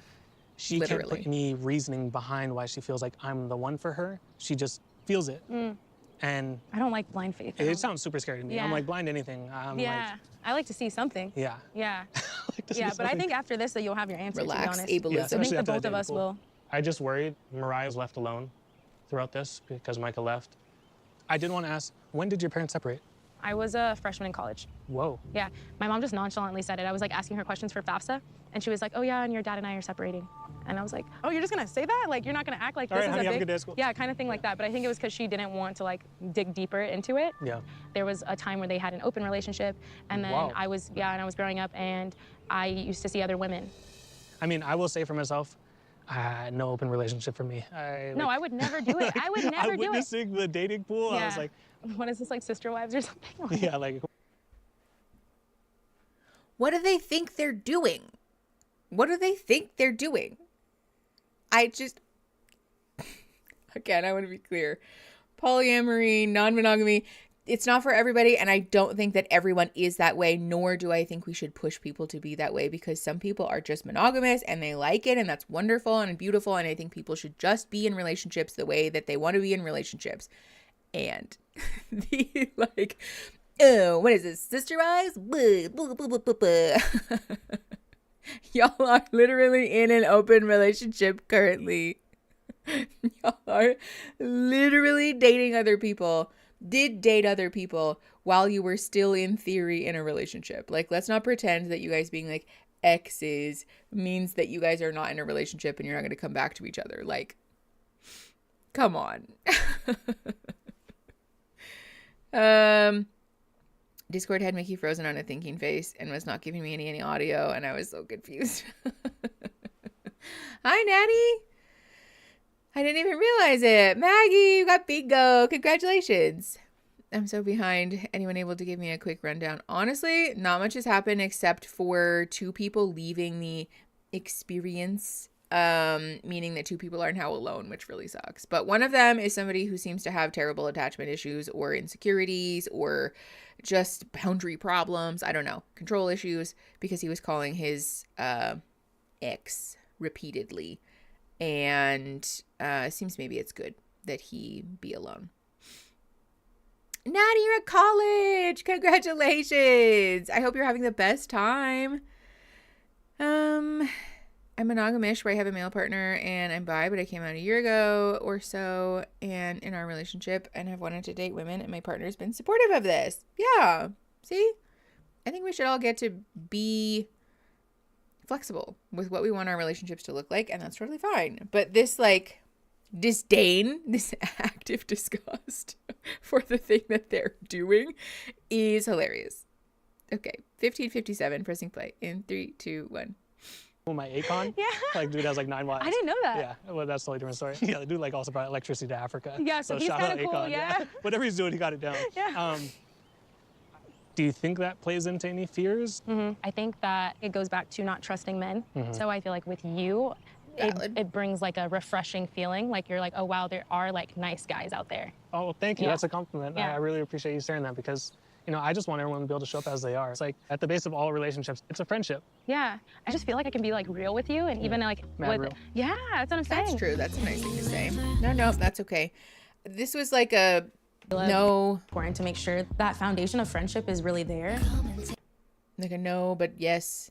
Caleb truly cares about me as a person, and I can see it with even like the smallest actions. He goes to the grocery store and he grabbed 3 different Thai teas because he didn't know which one I would like. You're the only person that makes me feel like I'm sane. That's nice. When Really? Yes. That's scary. Yes, it is scary. But he knows Mariah's by herself. So I worry that could hold him back from the experience. I feel like we're very much on the same page. Yeah, I think so too.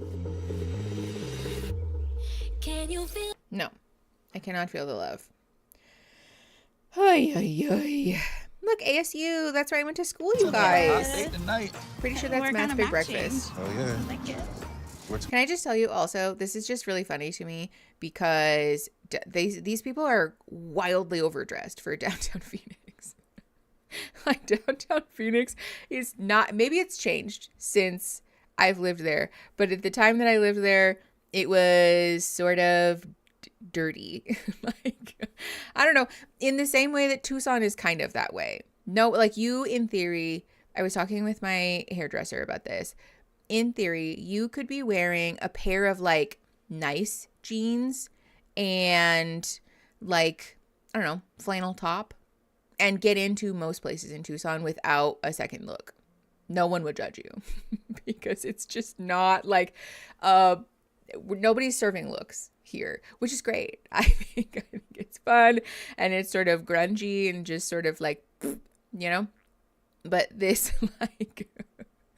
like being dressed and all cutesy during the daytime, I feel like these people probably looked like so out of place, as if the cameras aren't already that, but I just think it's funny. I almost went to U of A. I love Tucson a lot, actually. Yes, I love Tucson too. I wanted to go to the U of A actually, but I got a scholarship to go to ASU and we were poor growing up. So I was like, going to ASU.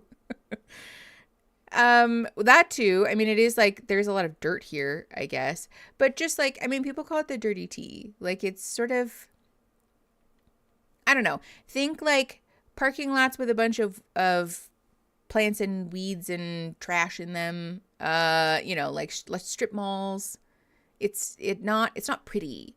Like some parts of it are beautiful. Some parts of it are absolutely beautiful. And the mountains here are beautiful. Like the actual plants and things like that.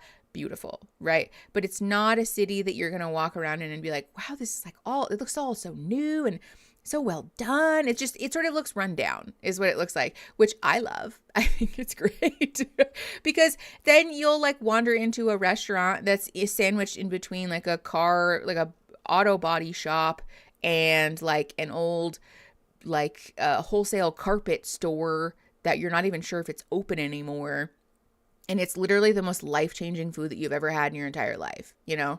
And not in like a taco truck way, but in a like sit down 3-course meal, like this should be a Michelin star restaurant kind of way, you know? Tucson's just weird. It's cool. It's fun. Everything up to Catalina Foothills. Yeah, the foothills are different. That's different. It's technically a different city anyways. Sounds depressing. It would be to some people. I think it's fun. Good smells. Yeah, a little bit. Okay, anyway, sorry. Let's keep going. This does not matter. 17 minutes and 44 seconds. Pressing play in 3, 2, 1. Hot together. Hey, ready for us. No. Something. Okay. If I win, make me dinner. If you win, but you're not, I'll make you whatever you want.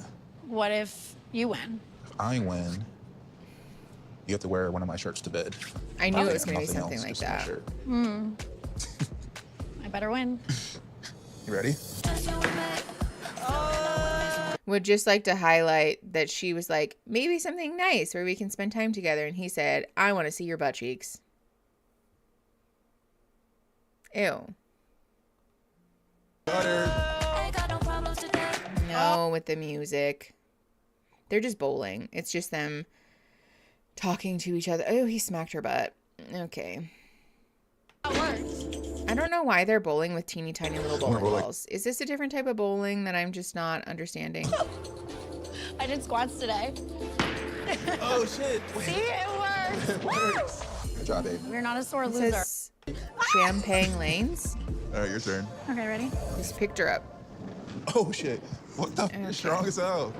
It's my calves. Candle pin. Oh, your Pins of calves. caramel. Interesting. Yeah, you're strong. So, first 4 days, anything that I've done like to annoy you? I don't like that you like to do laundry separate. 4 days. For real? Uh-huh. You want to do it together? Okay. I like to share everything. Grocery shopping. What if you get something? I'm like, it's ours. I'm glad you said that because I can be very like independent-minded. I got like the housewife in me that I'm like. I like how you like said housewife because I'm not used to that shit. I'm want to be honest. This is our 'Cause space. I'm not very organized in that way. No, I'll you're just not. throw shit on like. You're I'm not sure that probably organized. annoys you. It actually doesn't. Okay. But yeah, that's like a really good quality that I see in you. Oh, okay. Yeah. Wifey. Okay, but what if we go out to dinner Yeah. and everything on the menu looks good? What if like we're gonna share everything? No, I'm not sharing my steak. Oh my with you. Like, God. Get your own. I'll pay for it. Like I don't care. Get your own. How would you feel if I brought That's a scale so to the rude. restaurant? And I was would. like, weighing my food I out? would throw the scale away. Is that ruin the mood for you? Yes. I'm gonna be Sahara Desert if that's. You're gonna be what? It's a hard desert. If you whip out a scale at dinner, See, I no. need someone that like understands that. Well, I understand you. Look, here's the thing. I'm Hold noticing. on. We're rewinding scale because at- I was not paying attention. Yes. Pay for it. Like I don't care. Get your own. How would you feel if I brought a scale to the restaurant? And I was I like, would. weighing my food I out? would throw the scale away. Is that ruin the mood for you? Yes. I'm gonna be Sahara Desert if that's. You're gonna be what? It's a hard desert.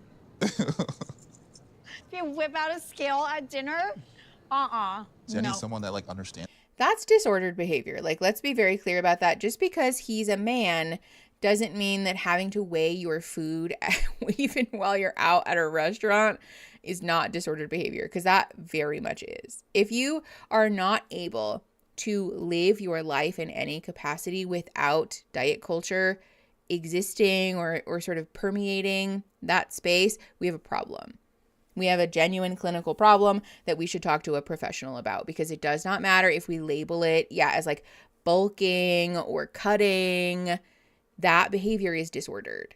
We need to talk to a professional about that, because it has now gotten to the point that your life is about food. No one, regardless of their gender or sex or, I don't know, anything else, honestly, should be living their life in such a way that you cannot escape having to think about food, that you think about food all the fucking time. That's exhausting, and it's also bad for your brain.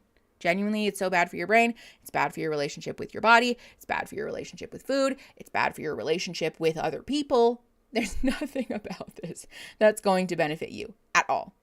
At all. I tell my clients all the time, no one's going to stand up at your funeral and be like, wow, their traps were so good. They were so tiny. Their hip dips were something that I was jealous of. No one's going to do that. They shouldn't. If they do, they need clinical help, because that's cuckoo. People are going to talk about how you made them feel, the relationship that you had with them, the memories that you shared with them, the experiences that you shared with them. That is what matters about our life, the way that we exist in community, in context with one another, the way that we make people feel, how we are feeling when we're with other people. That matters, not your food. Your food should not be the thing that matters the most about your life. That's disordered and sad. Honestly, it's sad. And he makes her dry. Well, yeah, and honestly, good for her for saying that, because it's a weird thing to do. Okay, 20 minutes, 22 seconds, pressing play. In 3, 2, 1. Well, I understand you. Look, here's the thing. I'm noticing, and I'll tell you, like, in an actual partnership, in a marriage, or in, like, when you have a family, you do want to, like, look out for, you know, the other people. Sandy is unique in that she challenges me in ways that others that haven't. new and information? our conversation is always motivating because it's causing me to get out of my bubble. I feel happy that Sandy didn't want to leave because of Nick. It's by herself. She wanted to go through a trial marriage with me, even though he's been calling her, reaching out to her, texting her nonstop. I do have a lot of respect for Sandy for just always showing up. There might be something good at the end of this tunnel. I didn't get my hug today. I think it's cute how you do that. Yeah. I need some love. I need some sugar. I know. Me too.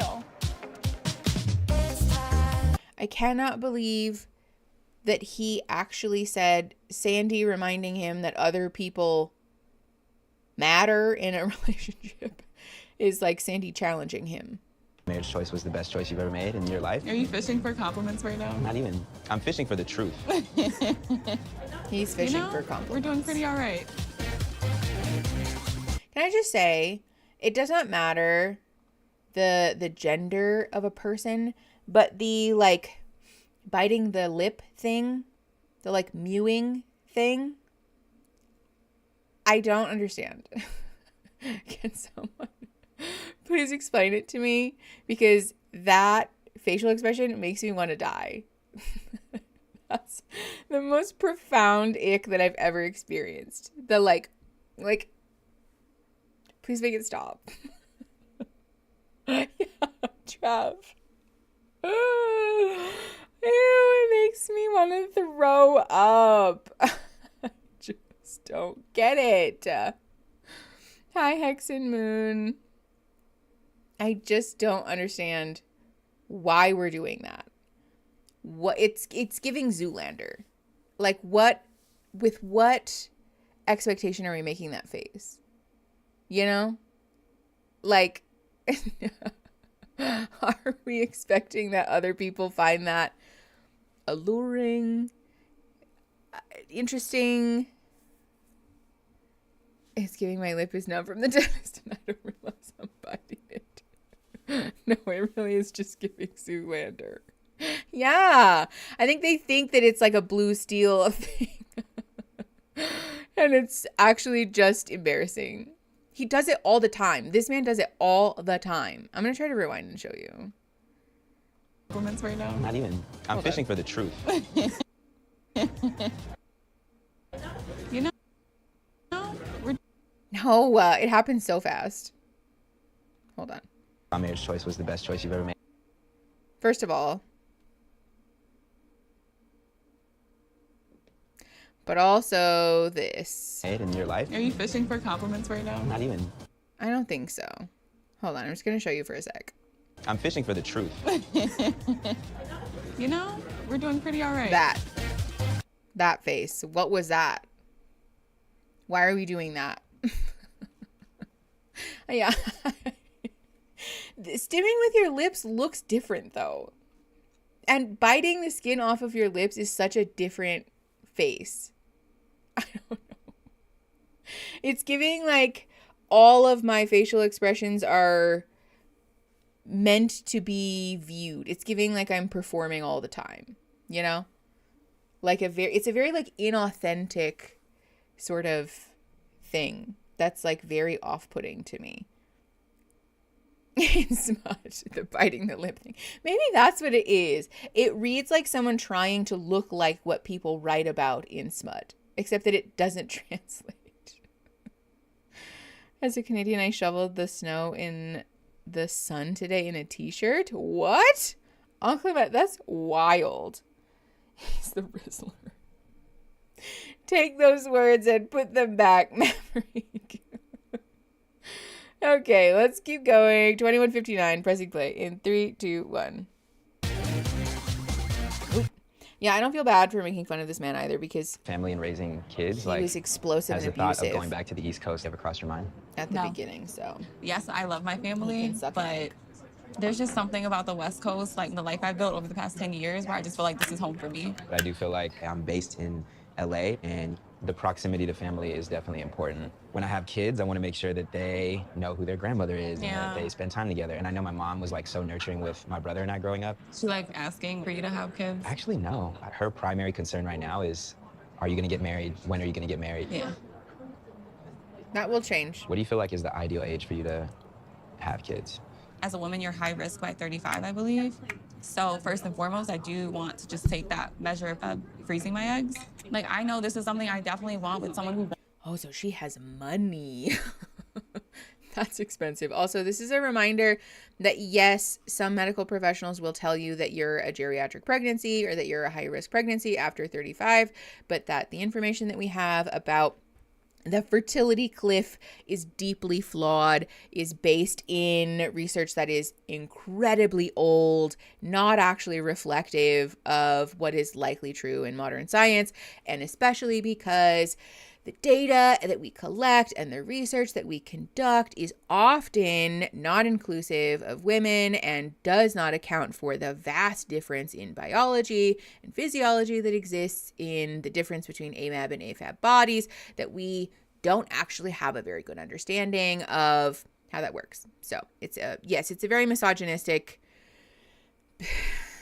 piece of data, research, talking point, myth that's continually perpetuated.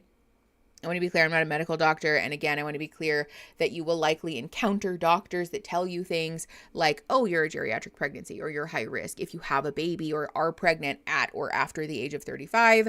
I'm not going to blow smoke up your ass and tell you that, like, just because that research is flawed, that doctors are just completely different. Like, that's not true, right? In the same way that we know that fatness is not the one size fits all, it's the cause of all diseases thing that modern doctors claim that it is, but doctors still claim that it is. The fertility cliff is kind of that.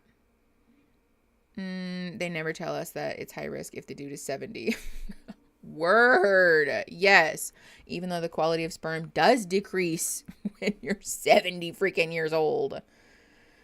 Oh, is that true? 99.9% of high risk pregnancies. Well, okay. I'm sure that that's an exaggeration. Isn't it that your risk doubles from like 1% to 2%? That's very interesting. I don't know what the actual statistics on that are. Again, I'm not a medical doctor. If somebody wants to put some links in the description for evidence-based research or data about that, I would love that. But I don't have that, but I do know that that data is very flawed. So just be aware of that. Okay. Anyways, 23 even. Pressing play in 3, 2, 1. Wants it just as badly with me. My mom wants me to like wait. You know, really just praying that I find like the right husband that loves me and we can build a beautiful life together. Yeah, the thing that I really want to avoid is just being an older parent. I mean, like, I'm not trying to be the oldest parent at the parent-teacher conference, you know? Yes. Why? What does that have to do with anything? Oh, this looks crazy. Oh, presentation. Okay. Thank you. One thing I feel like I've noticed about you is sometimes you sidestep emotion. Like, you'll almost use like a change of subject or humor as a mask to not feel. I feel like part of it is because you've been in a relationship with someone for a long time that may have been slower to open up with you. What an honor. Thank you. I honestly have never really like thought about vulnerability in that way, or even just like something to want or need. I know you're an emotional person. How do you know that? No, the fact that you've been able to point that out and I already know that's something I need to work on, I just feel like it takes the right person in the right space to do that. I feel like I can be the right person. Ma'am, he's just criticizing you, actually, because you've known each other for 4 days. Even if he does know, or even if he's made that observation about you, we're jumping to a lot of conclusions here. It's entirely possible that she is sidestepping emotion in front of him because, for example, they've known each other for 4 days. So I think that would be a perfectly good reason to avoid expressing or sharing emotion with someone, because you don't know them, you don't trust them, you don't have any proof of concept that this person is a safe, validating, or healthy person for you to be vulnerable around. Trust develops over time. So people who tell you about yourself when you have known them for like 4 days, be wary of that. Especially, I think I would be less annoyed by this if this man hadn't been outright openly abusive towards his previous partner in the last episodes. But knowing that that was also, like, putting that picture together, this is a red flag for me. This is problematic behavior, in my opinion. This man is manipulative. It's entirely possible that he's trying to manipulate her. Okay, 24-28, pressing play in 3, 2, 1. And I feel like we can find the right space. That's all I'm saying. I appreciate that. He said, don't worry, I'll keep criticizing you. I'm the right person to I keep think criticizing you. my ex and I are extremely compatible. I also think you and I are extremely compatible. And so if I don't leave here Sorry, I was trying to break engaged, my big cat. I think that is something like I hate bringing up because I don't even want to acknowledge the possibility that someone thinks that I'm wrong one. good enough for them. Like, I know this is something I definitely want with someone who wants it just as badly with Hold me on. because I don't want to be in a one-sided. Worst timing.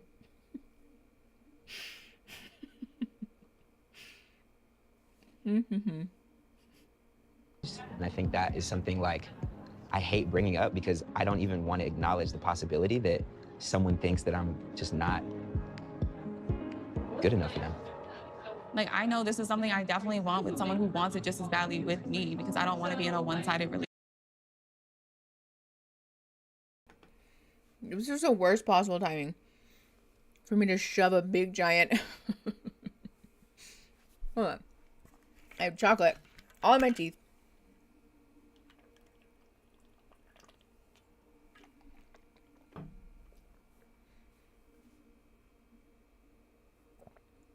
Okay. I know that this man did not just tell her, you are an emotional person, but you will sidestep emotion and that you can't be vulnerable in front of me, blah, blah, blah. But then I don't want to acknowledge that I might not be enough because blah, blah, blah, whatever. I don't want to acknowledge that I might not be good enough, but I am going to be the person who continually points out to you that you're not being emotional enough. Huh? This is abusive. This is really starting to sound like abusive behavior, which fits with the way that he behaved previously. I think so, Christine. I think he's trying to guilt trip her. Kira, trifling. Ow. Natty, I'm eating this Kit Kat that I got catfished by because I thought it was a regular Kit Kat. As it turns out, it's a big cat. No, I just dropped chocolate on my keyboard. Hold on. I have to fish that out of there because that cannot stand. Aaron would be having an aneurysm right now. Oops. Okay, there we go. Got it. It's all good. No need to worry. Okay. You were catfished. Yes, absolutely. I was catfished. Ow. You know how sometimes when you're just minding your own business, you'll breathe in and all of a sudden there's like a sharp shooting pain. And it's that thing, I Googled it. It's that thing where like there's some like lining around your lungs or something that can get like a little stuck on stuff. You have to like breathe in super hard and it hurts really bad. I hate that. That happened to me just now. Yeah.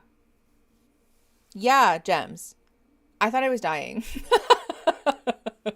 Yeah, that's what it is. There's like a thing in there that is supposed to have like a little lubricant on the outside of it so that it pleuritic chest pain. Thank you, Uncle Matt. Yes. But sometimes it just doesn't properly, you know? And so you have to like to get it to release off of whatever it's on. And you're perfectly fine. You're okay. You're not going to die. I'm not a medical doctor, but it's an incredibly common thing for people to experience. Your pleural lining rubbing against itself. Yeah, we all die one day. Okay, Christine, thank you. Is that dangerous? The internet said no. Dr. Google told me that it's probably fine. Unless you experience repeated and prolonged chest pain that will not go away. Because usually, for me, it's like, just showing you my boobs. It's like under my, what is it called? Your diaphragm. Like under there. Yeah. WebMD results say, yes, exactly. Dr. Google is America's long-term healthcare solution because they keep robbing us of our healthcare. Sorry, we're not doing politics. Or maybe it's just a panic attack. Kiera, also entirely possible that it's that too. If it's just a moment and it goes away, it's probably fine. Yeah, Uncle Med. That's what the internet said. Okay. Anyways, let's listen to some more of this Garbo 2512 pressing play in 3, 2, 1. Relationship. I don't think I would have started Natalie, bringing yeah, up the conversation of marriage or like issued the ultimatum or any of that if I didn't feel like I was ready myself to be a husband. You're showing up. Wow. Girl husband. Wow. Which is truly, I mean, what else could you ask for? He's here. He's a warm body standing there. And really, that, you know? With basketball shorts and this hoodie. Looking so rough. real. Do you want anything to drink? I'm going with energy drink right now because your boy is crashing. I'll have. You want to try it? Yeah. All right, don't hit me. I'm going to sit over there. You do work. Behind you. Yeah. I can sit on the couch with you. No. No. Needs to get the last word. Are you somebody I think that needs Scotty to get is the for last sure. word? And I hate it. But I'm not someone that needs the last word. I will stay not talking to you for a while. Yeah, actually, no, that's me. I'm the guy who's like just dead quiet. I actually crack up just on the phone when people feel like they need to get the last word, you know, and you'll be like, all right, like, okay, bye. All right, see ya. It was like, you just said bye twice. Why are you doing that? Oh, that's me. But I am neither of those. I'm the guy that so says bye annoying. once and might not say anything in a fight. In fights, But, I need the last You word. know, at least It's a problem. Scotty I'm is working on passionate. I really do want him to feel appreciated by me, and I feel like that's something he's lacking, and I think that can get kind of lost in translation when we are long distance, and I do a lot of things for myself that when he does do things for me and it's like very small, I don't think that I would say I do thank him, but I don't think he feels appreciated. He shouldn't be counting on you to make him feel like he's doing the right thing. And I'm saying this for myself as well. I need to just be sure of myself and what I'm providing. It's hard to know, though. See, this is the thing that's hard about the internet, especially, is that shitty men, have become self-aware. And so sometimes they just hear people say these things and will repeat them, but they don't actually believe or understand or enact that. He just knows that that's the right thing to say. You know what I'm saying? Like, they're aware of the fact that what they think is wrong, and so they say the opposite of that, you know? Pizza Eggy, thank you. And so when men say stuff like this, I'm like, are you one of the ones? I don't know if I believe you. I don't know if you actually think that, or if you just heard somebody say that on TikTok, and so you're repeating that because you know that other people, like women in the comments section, were like to that other man, so now you're just saying that because you think it'll win you favor. You know? Yes, yeah. Not very self-aware. Yeah, the fake feminist thing. It's hard when men say, because on one hand I'm like, oh, is he actually like showing some emotional intelligence? But then I'm like, I don't know, are you actually emotionally intelligent, or are you just repeating words because you heard someone else say them? Sort of the difference between like knowing a language actually, or just repeating the words that you are translating in your mind as like back to your like primary language, you know? Because those are different. Hey, it's like the trend where guys know what their girlfriends want, but get something that benefits them anyways. Yes. Oh, my son, I forgot about him. Which one? The guy with... Oh, Ramses. Yes. Yeah. He was just like saying things, but I don't know that was like really integrated. Yeah. Okay, anyway, sorry. 2720, pressing play in 3, 2, 1. And you've been in a relationship with Mariah for how long? Almost 2 years. Almost 2 years. Yeah. Mariah has the purest love I've ever felt. But I've never experienced something like that. Like, it's borderline like a mother's love for their child. With Mariah, it seems endless. It's so deep. To have that all packed into someone that's only 24 years old and to... Sorry. Hold on. No. Back up. We can't just breeze past what he just said as if he did not just compare. Ew! I have been watching BoJack Horseman because a friend recommended it to me and now I can't stop watching it. But there's an episode, spoilers, there's an episode where BoJack and Princess Carolyn get in a fight and she tells him, you just want a mommy that you can slide your dick in and out of. And like, this is that. Because that's so fucking weird. Do not ever compare. If you, even in your mind, like subconsciously, you find yourself comparing your partner to your parent, back that up and go talk to a professional about that, because we have some further work to do. There's some wounded inner child stuff going on there that we need to address. And that is not, where's the red flag guy? Woo! And I want to be clear. Having inner child wounds, seeking out partners who ease or, sort of assuage some of the wounds that we have because of our childhood. Let's be very clear that that's a thing that everyone does. Everyone does that, right?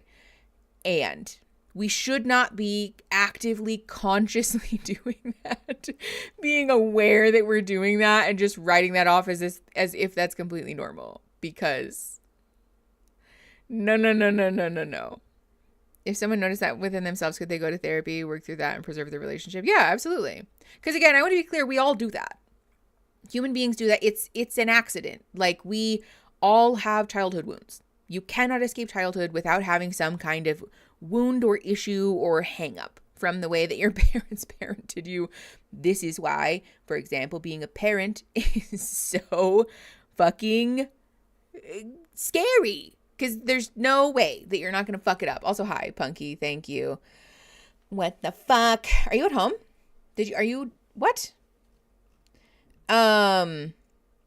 But we all have those wounds, right? And so then when we grow up and we seek a partner, for example, if your parents were emotionally detached, right? They weren't very good at seeing your emotions. You're going to seek a partner who can see your emotions and be present with that because you missed that in childhood and you want that. However, it is very different to say, I want a partner who does that because it will remind me of my mommy. That's weird. That's not good. We need to work on that. Talk to a professional about that, because we're starting to toe the line of incest, which is obviously bad, I think, for reasons that I don't need to explain. No, Gems. We're waiting on a delivery, which sounds crazy. It's not for personal reasons, though. My homie's boyfriend legit said to her he wants her to be his mommy. No. We're done here. Exactly. Yeah. But they have to get delivered before I can talk about them, obviously. In college, I dated a man out of Compet. I'm a lesbian who had the same degree and played the same instrument as my dad, but I was also 18. See? It happens. But then when we see that in ourselves, we're like, oh, I shouldn't do that, right?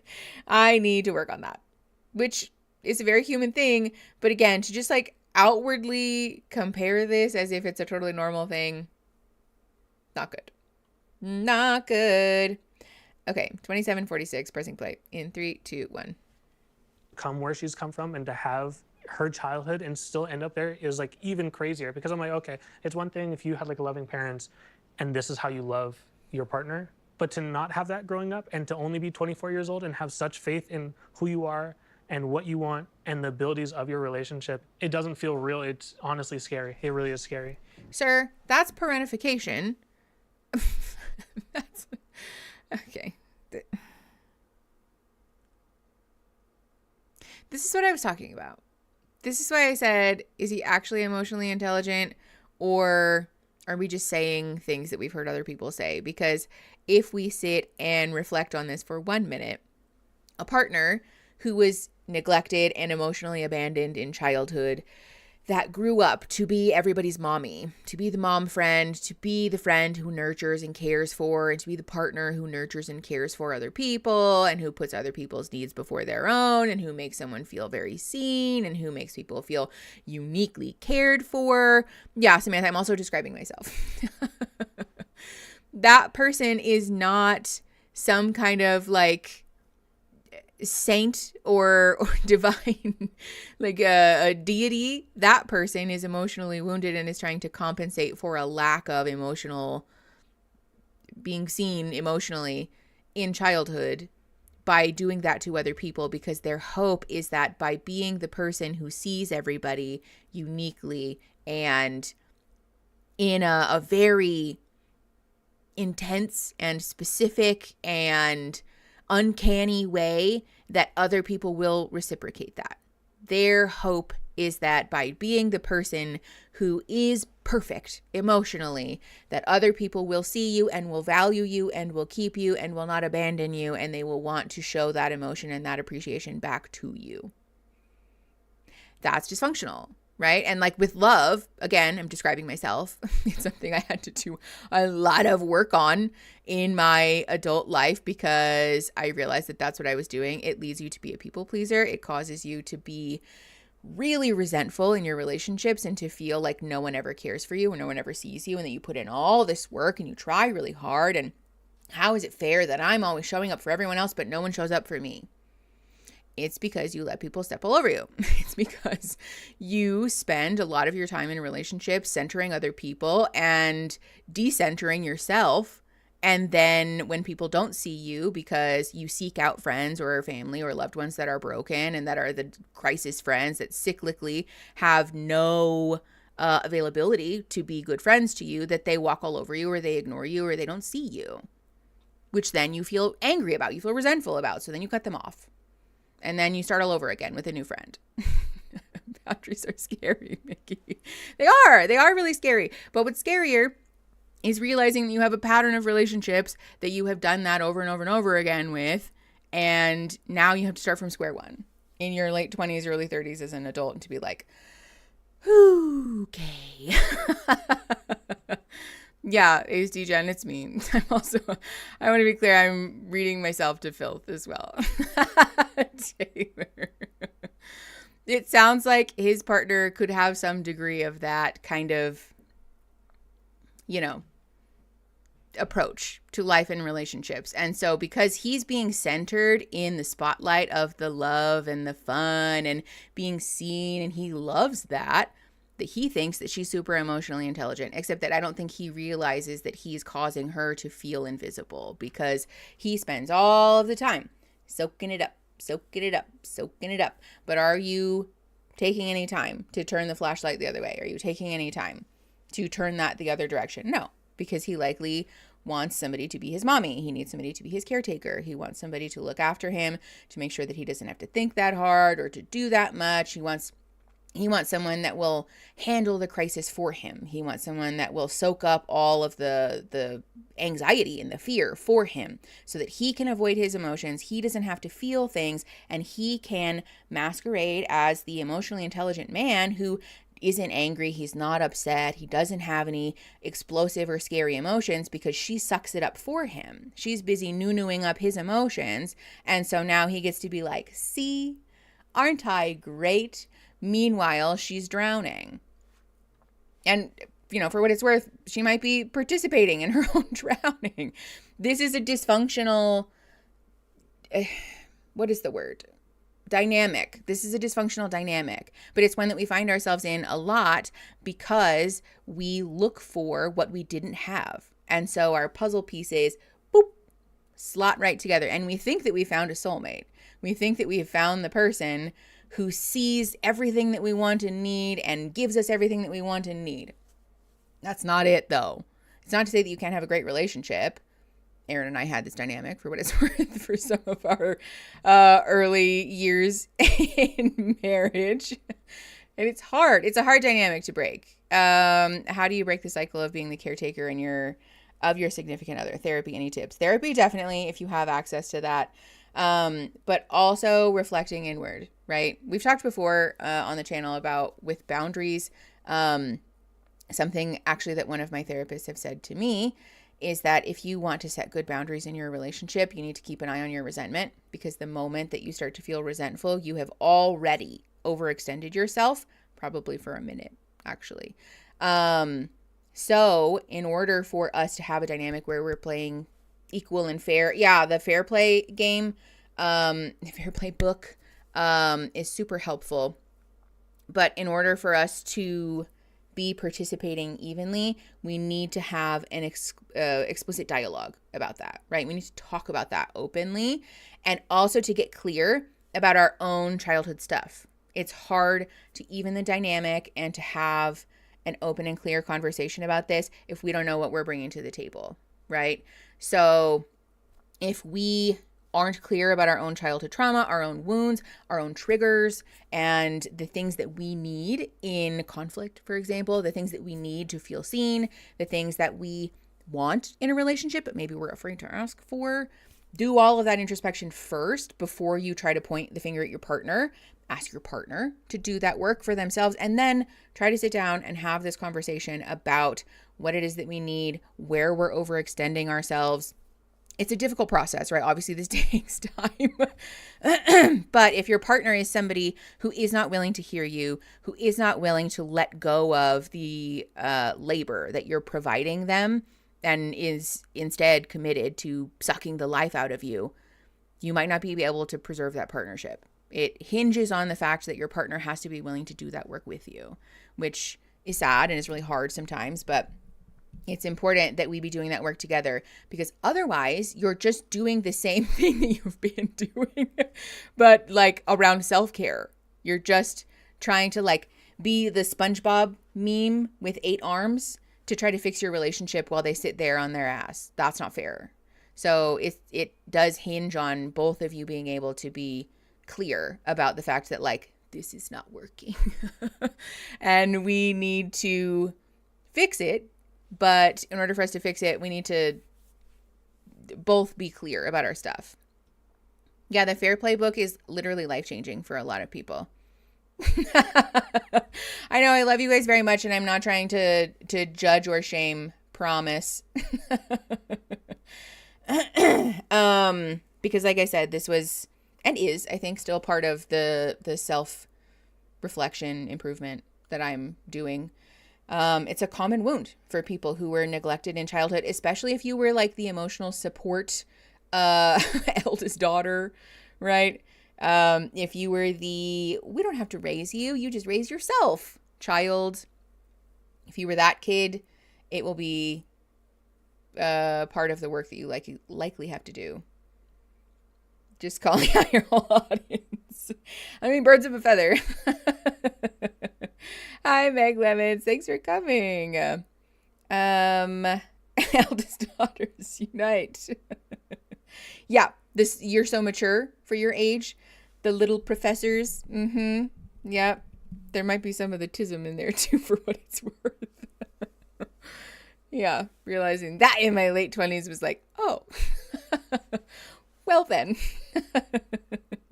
13 going on 30. Yeah, I related to that in a different way. I was the middle child, constantly taking care of everyone's emotional conflicts. Mm-hmm. Yeah, if you were the emotional barometer of your household, and could feel people's emotions, and you could smell people's dysregulation, and you were trained to fix it before you even realized that that's what you were being trained to do, I have some news.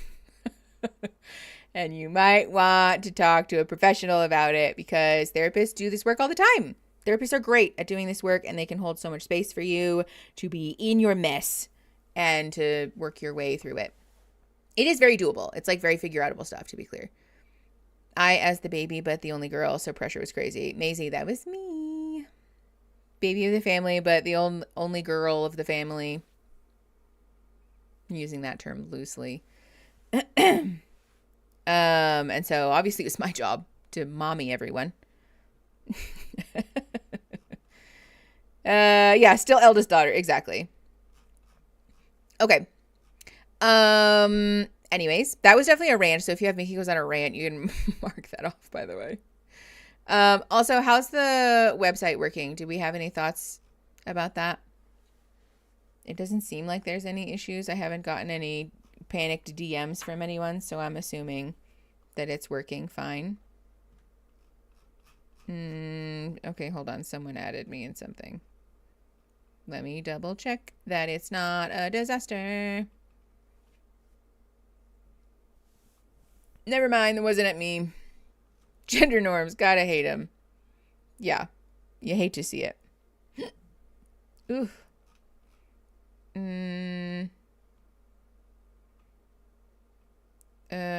Hold on.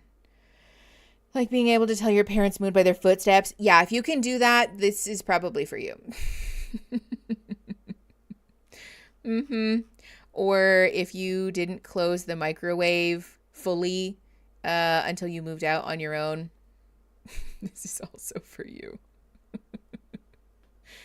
Good so far had some issues with the Google Sheet, but those are taken care of. Yay! Okay, great. You love to see it. The way they shut their car door. How do we actually get a bingo card? You can type ! play bingo in the chat, Mara. And it will give you a link to generate a bingo card for you. Footsteps, 100%. I hate it when people say being the baby is easy. Like, well, you're clearly a ma'am. Yeah. The price for pulling a bingo is your soul. No, what? What are you talking about, Christine? I ruined it. Okay. Play bingo. Eldest daughter of a family of artists with artistic temperaments. Let me grift. Christine, no. I can smell the weird energy from a mile away. Yeah, that is painful. Big love, by the way, apparently to all of us in this chat. We are getting emo in this club because it's all of us. We're all the same. Okay. Let's keep going. 28 minutes and 17 seconds. Pressing play in 3, 2, 1. That does get overwhelming, and I understand that. There is something to having just someone to bounce thoughts off of that is helping me through this. But I think it's in your character to like be helpful, and I really appreciate that. The friendship that Ari and I have is just getting closer and closer. It's been 4 days. To talk to her. I can open up completely without feeling judged, and to have that comfortability, it's pretty great. Music turns tender. Okay. That was not a heartwarming moment. Oops. Has definitely been really challenging. Knowing that I'm putting my entire relationship on the line is feeling very burdensome in some ways, just because I love Caleb so much. I want a future with Caleb, but before even coming on to this experience, I remember feeling very frustrated. Something wasn't quite working on an emotional level in a way with our relationship, so I feel like it is possible for Caleb to find a better connection. No. So that he can get the answers that he needs, and to also just get clarity for myself. No music, thank you. That was a Nothing Burger segment from Mariah. Thanks, babe. Oh, what's this? Shrimp mac and cheese. Oh. I wanted to be a special meal for my baby. Aww. Really quick. Somebody who calls you babe, baby, honey, sweetheart after they've known you for like 15 minutes, not a good sign. Not a good sign. We should not be speed running the progression of safety and comfortability and intimacy. Yeah, it's not necessarily always love bombing, but it absolutely can be. And at the very least, it is a red flag. This is something that you should be like, I'm like feelers up in the air, my little antenna up in the air, because that's weird, you know? You should be wary of that. 2 times speed to catch up 15 minutes. My bingo preset, thank you. Do we think that production maybe told them or pushed them to use pet names? I don't know, because I don't think anybody else is. They might have, but I do think that these 2 in particular are especially guilty. I took that a little too literally. I was about to complain about the queer lingo usage. No. Why I delete dating apps often. Yeah, fair.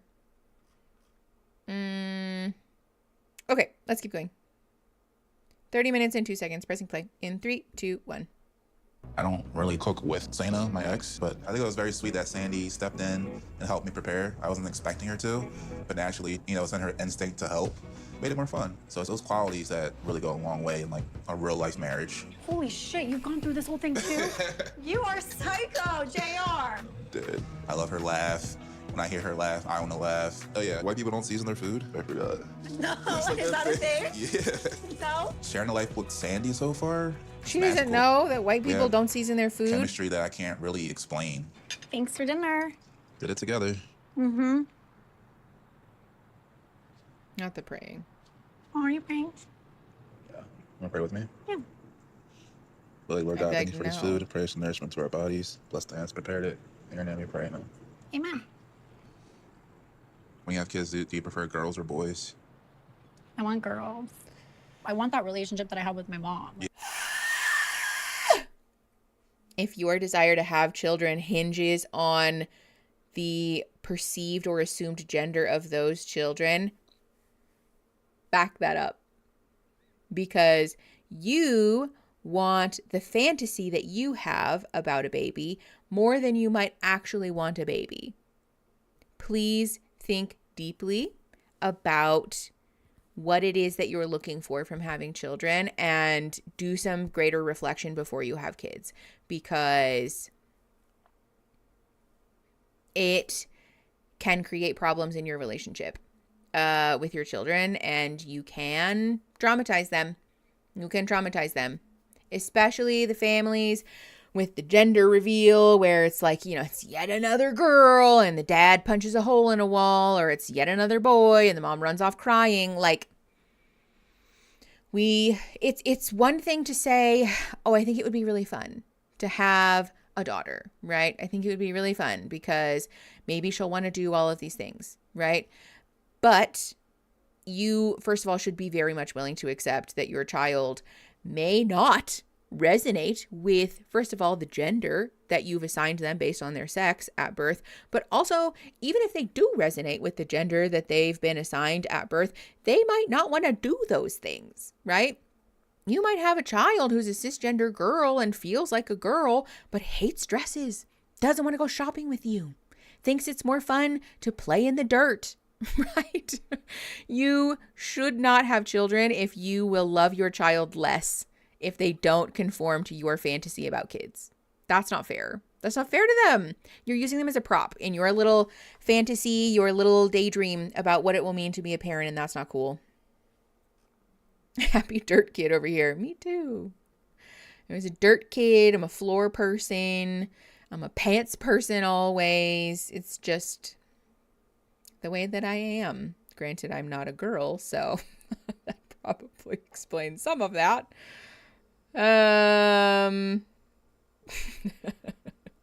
Also, yeah, to be fair, I'm just being judgy about the praying. That was kind of rude.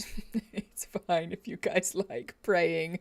It just is it's a button for me because my experience with religion was bad and traumatic. And so for me, I'm like, but it's entirely possible to just be a normal person who likes praying, and sorry for being rude to you if you are. Okay, let's keep going. 31-21, pressing play in 3, 2, 1. Yeah. We have such a close relationship. What about you? Do you want boys or girls? Oh, 100%. I want 3 boys and like 1 girl. When you can't would guarantee you that. Kids? I need more time, man. I want to be in a place where I'm ready to like be a dad and spend time with the kid. Right. You're 33, right? Yeah. Soon to be 34. Yeah. Yep. Next month. So, I would say by 40. By 40. Yeah. Yeah. I mean, you got time. So never he has been time, but women I need don't. to get married by this age. I need to have kids by this age. So it's like, you know, I actually think that it's more so when it's the right person in the right moment for me in my life. Yeah, exactly. And you're like open to so much. I love that about you. Really? Not like just like, we gotta do it this way or the highway. Right. Like, you're just chill. Right. The more I kind of get to know JR.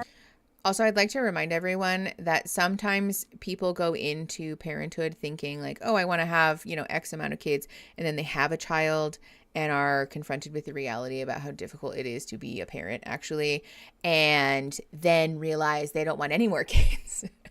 And that's perfectly okay, you know? Or maybe they have kids and they're like, oh, okay, maybe we'll have 2, but 4, I don't know that person that wanted 4 kids. That's perfectly okay. But please be aware of that. Please think about that before you have kids. I really think we should normalize the social expectation about people who do want kids thinking about it as much as we pressure the people who don't want kids. Because when you tell someone, especially as somebody with a vagina, oh, I don't want kids. Oh, well, you'll change your mind. Well, you know, what about your partner? What if they want kids? You should think about it more. You know, maybe how come you don't want kids? Why not? Don't you think this will be fun? Well, aren't you looking forward to this? There's so much pressure when you don't want to have kids. But when somebody says they do want to have kids, everybody runs around and throws a parade because you do want to have kids. And I think we should very much encourage people who do want kids to think about it just as much, because sometimes people want kids for bad reasons. Getting a hysterectomy in 2 weeks, baby. Hell yeah. Sterilization in this administration. Honestly, good for you at any time, but especially now. Hell the fuck yeah. Buy Salp on Monday. Woo, woo, woo. We love to see people making choices about their own body that feel good for them and have positive consequences for their mental health. Proud of you. Proud of you guys. I definitely relate to being put off by the performative actions of religion. Valid. I'm in fear. Same. I have 3 kiddos and I am almost 37. I'm getting my tubes tied in April. Hooray. I'm still getting shit from people. Yes, it never ends. The pressure never ends. Also, Hex and Moon, hell yeah. Good for you. And I'm excited for you too. Did you take your meds, by the way? No, it's not time yet. 3 p.m. is the meds time. Got an IUD last week. Woo, woo, woo, woo. Proud of you too. I saw something recently. I can't remember it exactly, but it was something like, if you choose to have a kid, you signed up for an autistic kid, a trans kid, a gay kid, a disabled kid, etc. If you can't love, accept, and support a kid no matter what they are, then you shouldn't have one. Yes. This is the other thing. I think people assume that when you have a child, your kid will fit perfectly into the fantasy that you have about all the things that you want to do, and they might not. Right? Your child might be disabled. They might be autistic. They might have sensory sensitivities. They might just be fussy. And your kid will not conform to every single expectation that you have. That's a guarantee. But you should not have kids if you feel like you'll be disgusted by the idea of having a disabled child, or a child with a profound cognitive disability, or a child who's trans or gay or doesn't really just feel good about the gender expectations around their gender. There are so many things about having a kid that you should be on board for, because you're having a human, not a thing, not a performance. Hold on, I saw something about best thing I ever did was get a hysterectomy. Hell yeah. Hold on, I saw something. Somebody said they're excited about something. I'm on fertility drugs right now as an egg donor, and I cannot imagine being pregnant. This is rough enough. Okay, never mind. I misread your comment, Fabian. But yeah, that sounds really stressful. But also, that's very kind of you to be an egg donor and to be hopefully helping people achieve the dream of parenthood. Big ups for doing that as well. My siblings and I were both planned, and my parents had us in their 30s, but they treated us like shit if we weren't how they wanted us to be. Yeah. Very, very performance-based parenting sounding. Okay. No one wants my jeans. Okay. Christine. I think about that all the time. Aaron and I talked about that too. Because besides the fact that like parenting is just not for me, I really don't think that I would like it. I'm sure that I'd be good at it, but I would not like it. No one needs to have the genes that I have. Like, my body is so fucked. And my brain barely functions. I find out about some new debilitating condition or mystery ailment like every 15 minutes, I feel. And like, I would not wish my experience on my worst enemy, quite honestly. And so, you know, also, quite frankly, I don't know if I would even survive pregnancy. Like, if my center of gravity is off by like a few degrees than it normally is, my neck is all fucked up and my spine gets all weird and crickety and just, it's like all bad. All bad. There's no way that I could have a watermelon growing inside of me and that my body would be like, this is fine. I'm new. I recently found you through Jen at Fundy Fridays. Hi, Elsa. Thanks for coming. I don't intend to have kids until I've been with my partner for around a decade. Super valid, Cobble Jen. I love that. One of the many reasons I won't be having kids is that there's no need to pass on my bad genes. Yeah, and I joined the club. Hi, Elsa. Oh, yeah, Elsa, we're watching The Ultimatum, episode 4. I still think about all the time when my mom... Oh, penguin. That's a terrible thing to say to someone. Yes, Christine, my back has hurt since I was 12. Me too. I have had spine issues since I was like 16. So I don't need any of that. Okay. Anyways, 3226, pressing play in 3, 2, 1. And learn about him. Like, he's a really good person, you know? It almost makes it a little bit sweeter when it's like, that's not how he is on the surface, but I get to see that side of him. To me, I think it's just so cute. I don't like that, but I think that's just a difference about me. You like me? Oh, I like you. So I've always felt a desire to be with someone similar to me. I always kind of date the opposite. Speaking of which, your ex.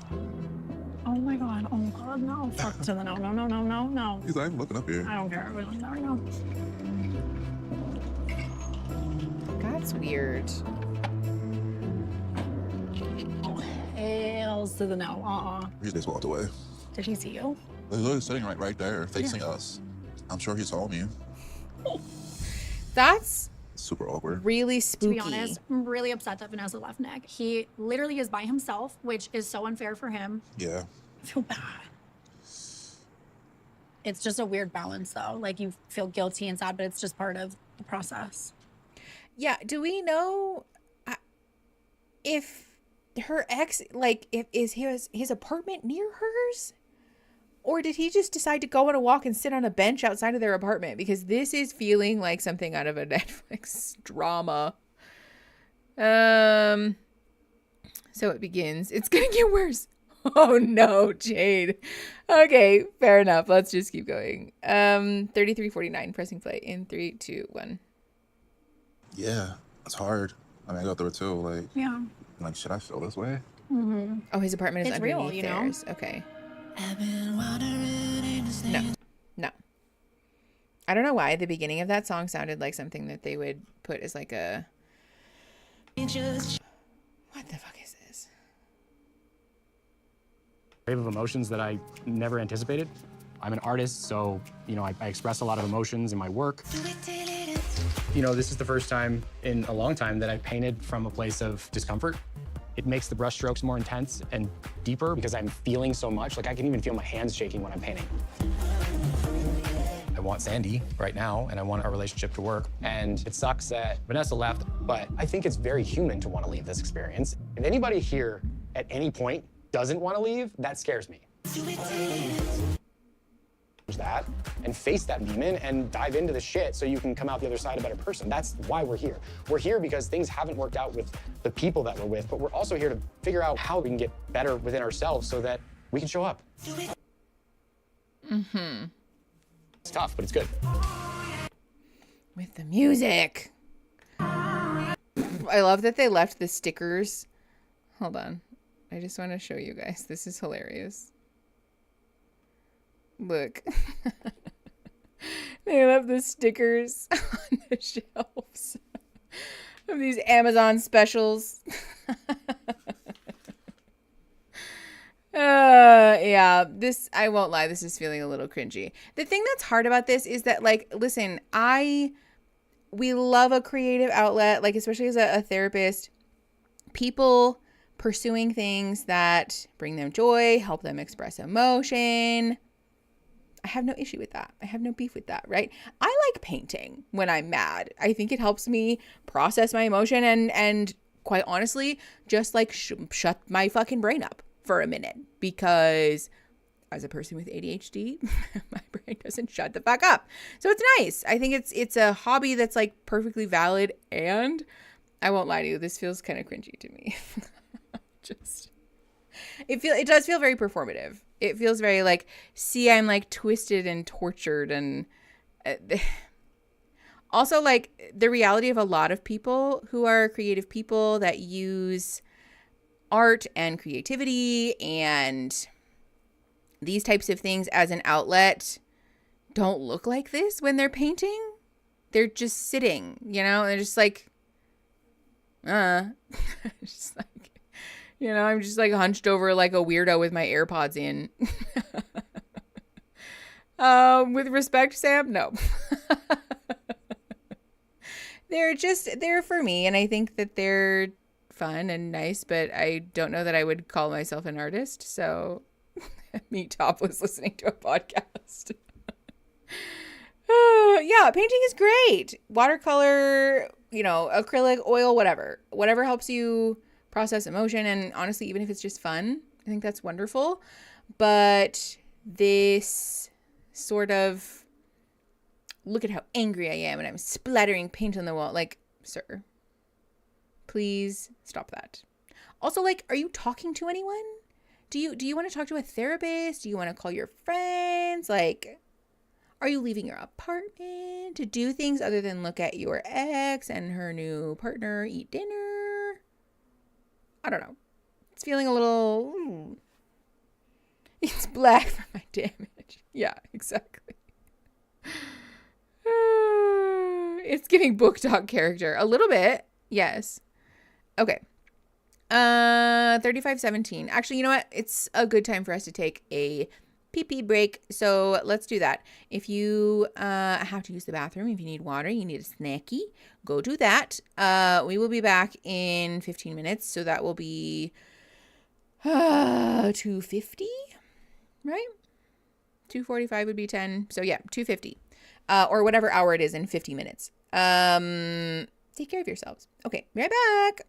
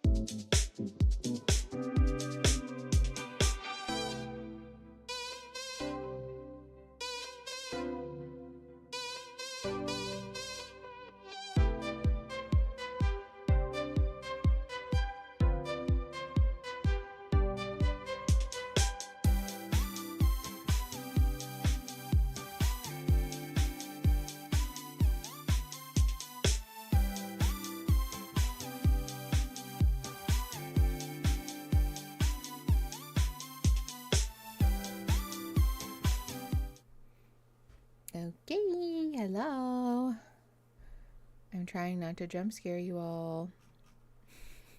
Welcome back. Oh my gosh, look at this cute little cat. Socks, is that your cat? Oh, cute stray. Ah, adorable. I'm making coffee for my family and waiting for it to finish brewing. Yum. Thank you so much. That was very gentle and not jump scary. Okay, love. I appreciate the feedback. Thank you. That's what I was going for. Hi, Joe. I just found your channel and I'm so happy to be here. I was diagnosed with ADHD this past Wednesday, so it's been a journey.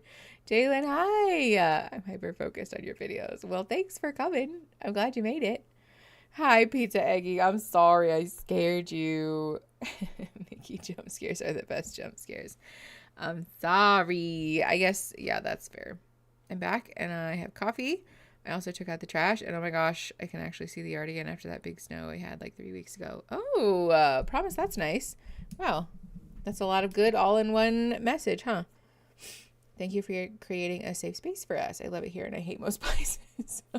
Michelle, that's an honor. Thank you. I'm glad that you guys like it here. Thank you, Kolala. It's new. I don't know what is going on in this office. It's literally just this one nostril. But I'm like, there's something in it that is like bothered. I just need to reach up in there with a Q-tip and yank some stuff out. But I won't do that on camera because that's weird. Just kidding. I'm here for the drama. I know, my snoot. What the hell? Also, I'm still trying to figure out how to like situate my hair under these headphones because I got a new haircut and we chopped a whole bunch of it off. Look how short it is. I don't know if you guys can see. Hold on. Let me just... There you go. Look. Wow. It's so much shorter than it used to be. I don't know if you can really tell, but it's shorter to me. She's very gorgeous to me. Okay, there we go. There's one cable underneath this desk that is just a little bit shorter than all the rest of them. And I don't want to rip it off because it's the cord for my audio interface, which would be a real problem after all of the audio issues that we've already had today. So also shout out to my boots because I've been standing this whole time and my feet only hurt a little bit. Honestly, my body hurts way less than it normally does when I've been sitting all day. So we might start to have standing streams. Somebody was joking about me getting a walk pad last time, and I'm like, I might do that. Tism is one possibility. What are scrum principles? Scrum principles? What's that? Stonen. Oh, I know what you meant, patchouli. I just hadn't gotten around to it. Boobs? Who said boobs? Did I say boobs? I better not have said boobs on accident. The Tizzler. Okay. One of those desks that switches between sitting and standing. Oh, yeah. Yeah. We got it because Aaron really wanted it. And as it turns out, I like using it more than Aaron does, apparently. That's how I feel sitting in my bed. Only place where I feel no pain. Honestly, hate my bed. And not because I dislike our mattress. It's just I hate being horizontal. It hurts. There's no good way. I hate trying to fall asleep because there's no good way for me to be like laying. It hurts. If I lay on my stomach, it hurts. If I lay on my sides, it hurts. If I lay on my back, it hurts. It hurts. But I like standing. What are you? Oh, boots. Shout out to my boots. Yeah. Shout out to my boobs also, honestly. Part of a great team, really. The 5 of us working in tandem. I got a great back pillow. I love that. Yeah, I think it's a spine thing. My spine doesn't align itself very well. So it's Mickey's boobs and boots. Boobs and bootins. Boob scoot boogie. Period. Hell yeah. Okay, see, I forgot. I took my phone off airplane mode while we were on break, and then I regretted it immediately. Okay, I lay sitting up thanks to acid reflux. Ooh, patchouli. I had to sleep laying up when I got my breast reduction, and that was awful. It hurt my butt. My tailbone. It was just like not happy. Okay, are we ready to get back into this cringy episode? We're at like 33:50. No, 35:33. I swear to God, my dyslexia is getting worse. 35:33. It is muted because there's more music, but we're gonna press play in 3, 2, 1. Also, how's everybody finding the bingo? I checked the website during the break. Looks great. Oh. Hold on, I turned my headphones off and I can't hear anything. Yeah, we're just doing one episode today because I have a limited timeline. Hopefully, anyways. Okay, hello? Okay. That's not great. Still can't hear anything. Oh, why? Is it muted here? That's why. Love it. Thank you, Gems. Okay. 35:46. Pressing play in 3, 2, 1. Do you have any laundry that you need done? In the basket? What about these? Yeah. Dirty? Yeah. What about this? Yeah, thank you. No. Like, what is a 6th grade It first was like date? this, like, all right, do you know what the shoulder count is? First of all, the way that you would never catch me doing the laundry of a man that I had met 4 days ago, let alone my own laundry. Gems, yes. But second of all, the way that he was giggling like a little schoolboy. He wants a mommy too. This whole show is, can I fuck my mommy? Which is not something that I want to watch or be a part of. Like, it's just all bad. Okay, 36:06. Pressing play in 3, 2, 1. All right. Shoulder count. Like, you're sitting next to me? Mm-hmm. I'd be like, Okay. shoulder count. And she'd be like, what? And I'd be like, 1. No, I'd be like, 1, 2, 3. Oh my God, Caleb! Hilarious. Basketball's on point today. Oh, okay. A little pressure. Why is he so competitive? Money. Shit. Yeah, honestly, even as a person who's really bad with dirty laundry, like, if it's dirty, just put it in the dirty laundry bin. Oh. How about we ask a question? If someone misses, or the person that makes it gets to ask The a question? person who makes it gets to ask a question. It sounds like you're gonna be asking a lot of questions, but let's go. Like, why does he have to nag her all the time? This music. There's one thing that you could go back in time and change. What would it be? That's a deep question. You want me to give you a deep answer? Yeah. So I was never a bad kid, but when I was It's time for like laundry. I'm 16, I listening. do feel like I got a little bit rebellious. And Not so laundry, meds. one day I got a speeding ticket and my dad was like, basically just like disciplining me. And realistically, like all he was trying to do was teach me a lesson in responsibility as a man. At the time, I just didn't want to hear it. That night I went to the gym and he said, love you. And I didn't say it back.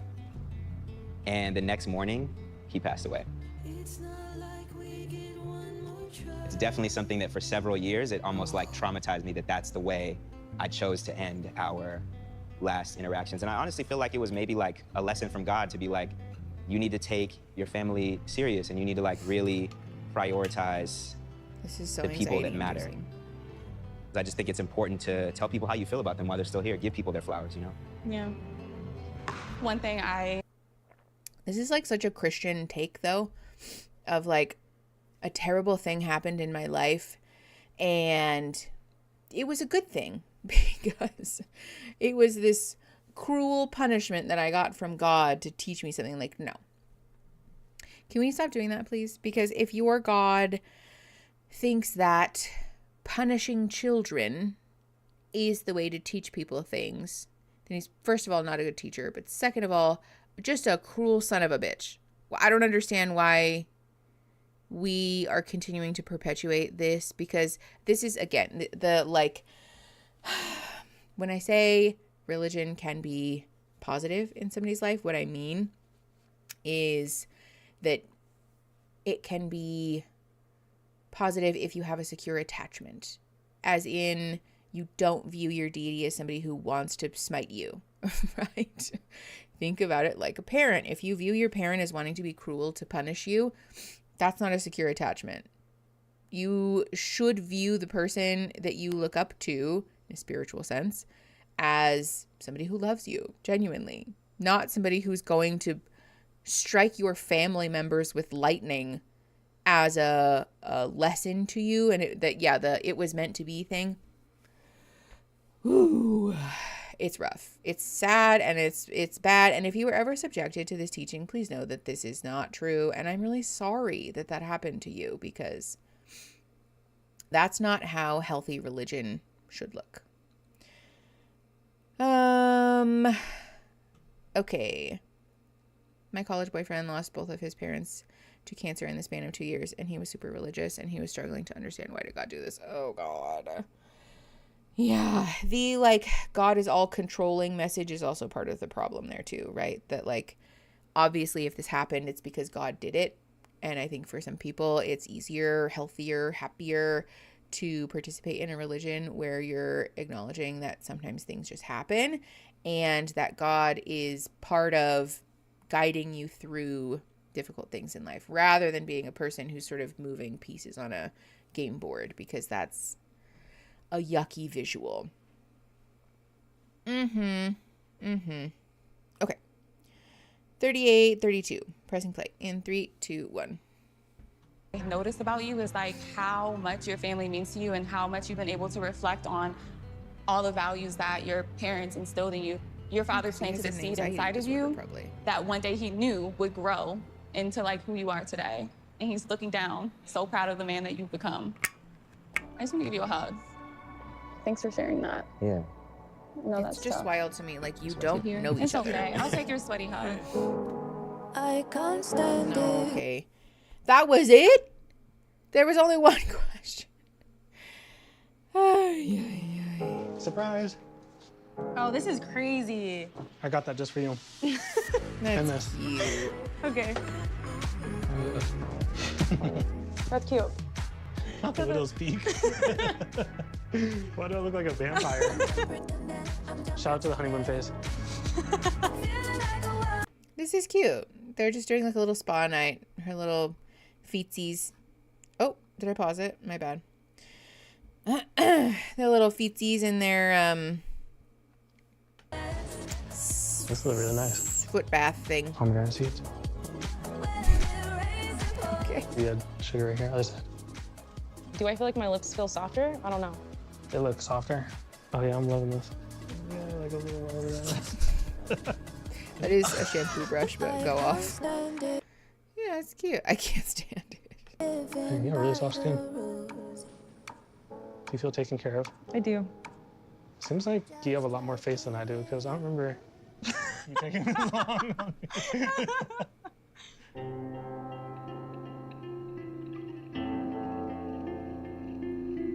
You know, I just want to say thank you. Thank you for being you and putting your effort Yeah, this is very wholesome and each sweet. of these moments. You're a very genuine person, and I'm very receptive to how you approach me. I truly feel cared for and respected, and I truly just like love that you make a space for me. You have given me the presence of knowing that there's like men like you that exist. Thank you. I think it's just like I'm really starting to kind of like Get a glimpse of yeah, like I'm feeling that comfortability. Someone there like, okay, That's you like gotta actually use like I statements. one of the best things you can tell someone. Likewise, you know, Feels I that feel the way. same way. I am definitely attracted to Caleb's mind, his soul, spirit. I have never felt so comfortable before with someone within such a short amount of time. I know I used the word platonic in the beginning because I feel like that's how I felt, but it definitely changed. I feel like Caleb and I's relationship is evolving into a deep connection. You smell good. You going for a double? Yeah. Imagine that. Good night. I think All they've right. still only known each other for like a week, so let's relax. But the 8 rules of love. That was the most performative, like, okay, now open the book. The vibes. Vibey. Oh, got the fire pit too? Ooh, I love it. Okay. Take it off. Damn, How girl. does she have a purse? Cheers. I have these handwritten cards. What are those? It's just questions. Okay. Name a song that best describes you. That's hard. I don't know. Bossy. Bossy. What am I getting myself into? You know. You are a boss, babe. You though. know what You already you know got I told yourself you. into. You know I told you. It gave me CEO vibes. I know you did say that. Like, I meant that. yeah. NRE is exciting, Maisie. Have you ever Yes. been cheated on? Yeah. My first boyfriend ever, my first love, my first everything in high school, he was cheating on me the whole time with his ex. Wow. And he actually broke up with his ex for me, which it's crazy because it's like, you know, if they cheat with you, they'll cheat on you. I don't fuck with cheating. You already know that. Like, I've never cheated before. That's good. That shows that you're ride or die. But it's like, it definitely fucked with me, and I know that you've experienced that too. Is infidelity or cheating in a marriage a deal breaker? Like, you will get a divorce over that? Oh, for sure. Go right to the government office and file for divorce. God, you're so cutthroat. Like, no, that's a deal breaker. I don't know. I still think, like, you guys are married. Even if someone does cheat, in my perspective, you kind of have to work through it. That's what's scary to me about marriage is you're locked in. It's like you cheat. It's like control, alt, delete. That's what I did with my ex. Yeah, like, every question, eat, every couple got a and I still have question those prompt, that's for insecurities. sure. Fuck my head up. Yeah. Real bad. It probably, like, do you think Maybe. it kind of changed your perspective on things? Like, Oh, 1,000%. Yeah. And you look at like every relationship differently. Anybody can be manipulative or sneaky when they want to do what they want to do at the end of the day. This made me like really aware of my surroundings in a relationship Yeah. and what people are doing and clues and all that shit. Yeah. Like I can pick up on energies and all that now. you do learn. Yeah. It's horrible, but, like, you kind of learn. Learn from it, move on. Yeah. It's interesting because I see JR in a different light than I think most people because he has this hard shell. He's so strong. He's so masculine. I think he's always been very independent-minded, and he gets so cutthroat, but that's him protecting himself. But I think that there is so much hurt from his past marriage. He just needs to let some of his walls down because His fixation with carrying her around is really off-putting to me. Besides that, the deal breaker conversation around infidelity, I really want to encourage people to make their own choices about that because you have to work through it don't love that. I don't think you have to work through anything. I think if cheating or infidelity is a deal breaker, that's your business. For what it's worth, I think especially the longer that someone has been in a relationship, the more likely they are to want to work through it. People tend to be very wary of, quote unquote, throwing away a relationship because of infidelity. But it's one of those things that is also very environment specific or context specific. Not all cheating is the same. And so that's going to be important. The he's so masculine, but he lets his walls down for me thing. Again, I want to encourage people to just be wary in these early stages of a relationship because, of course, it's exciting and you feel special because you're getting, all this new stuff about this new person. And it feels like you are sort of the center of their universe. And in a situation like this, especially, of course, she feels like there is some special and unique connection that they have because they are being deprived of contact with the outside world. That's literally the point of these shows. Netflix and Kinetic Content do this.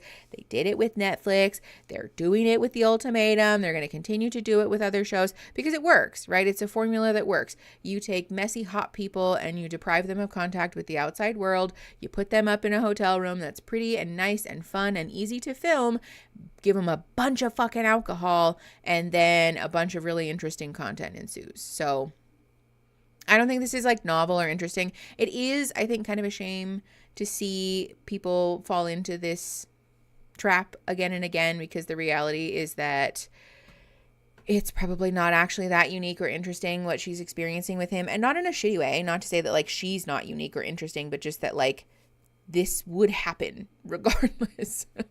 Not with any singular person or like any person on the whole world, but like especially if they are a conventionally attractive, you know, messy hot person, this is likely going to be the result, you know.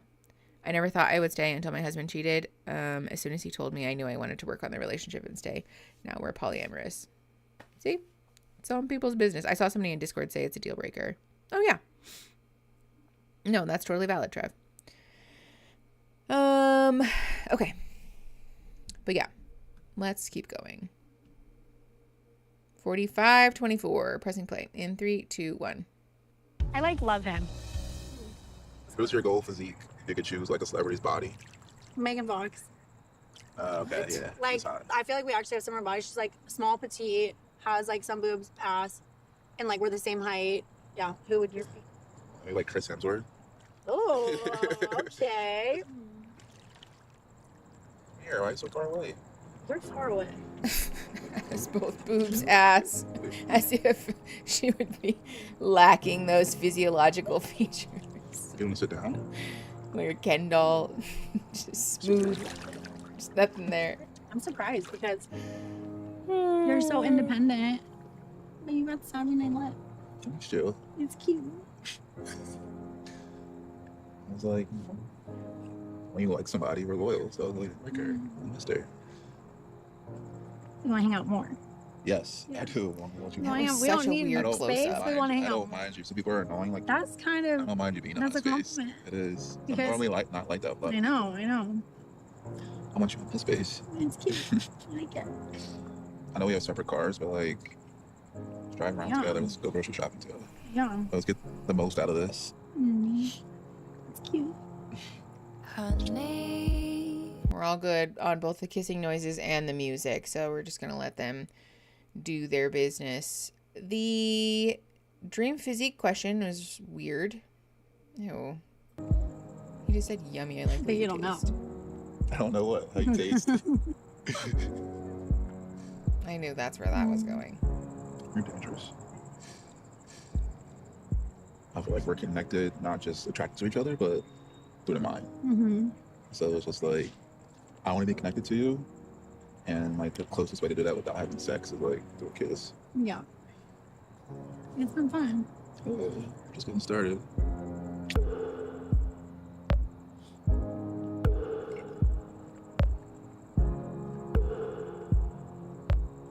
Okay. This whole situation is Like there could be something here. Maybe. Netflix has been especially bold with the weird close-ups. Not one of her calves. Excuse. Okay, he said, are you ready to go? So I think they're leaving. Please let this be the end of the episode. Netflix, don't be awful. Okay. No, not the night vision. Oh, yuck. Why would the night vision why do we gotta do that? Thank God it was not really anything. Okay. That was the end of the episode. This is the start of a new one, as we can see. Not the American flag. Yeah, the physique question, I think really weird, but also very on par for the fact that she and he are both fixated with talking about their own bodies, each other's bodies, everybody else's bodies. But it's clear that Netflix and Kinetic Content were like, ask each other questions. Go talk about stuff. And it ultimately kind of amounted to nothing. I think, again, this is a good example of the fact that they are feeling this sense of intimacy and closeness, not because they seem to really be doing a lot of deep learning or discovering about each other, but simply because they just spend a lot of fucking time together, probably while drunk. Joe. Let me check my phone really quick. Hold on. Because there are other things happening today that are time specific. Okay. Oh. Oh my God. Okay, everybody amuse yourselves for a second.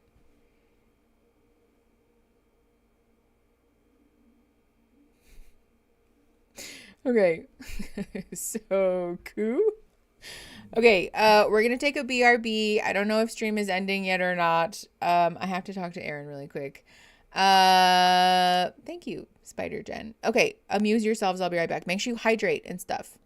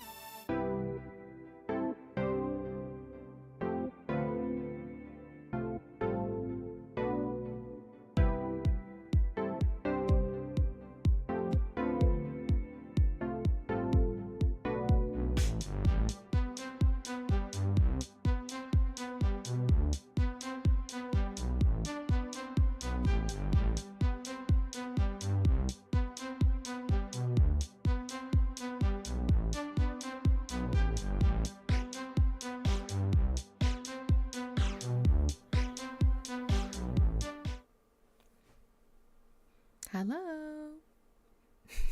This is me trying not to jump scare you. Hello. Everyone is avoiding the table. What table? Hello. That was a pretty good non-jump scare. Okay, good. Well, sometimes I gentle hello you guys, and then you guys say that it sounds like a ghost or it's like spooky. I'm assuming work from home, Natty. Who's talking to me? Yeah, see?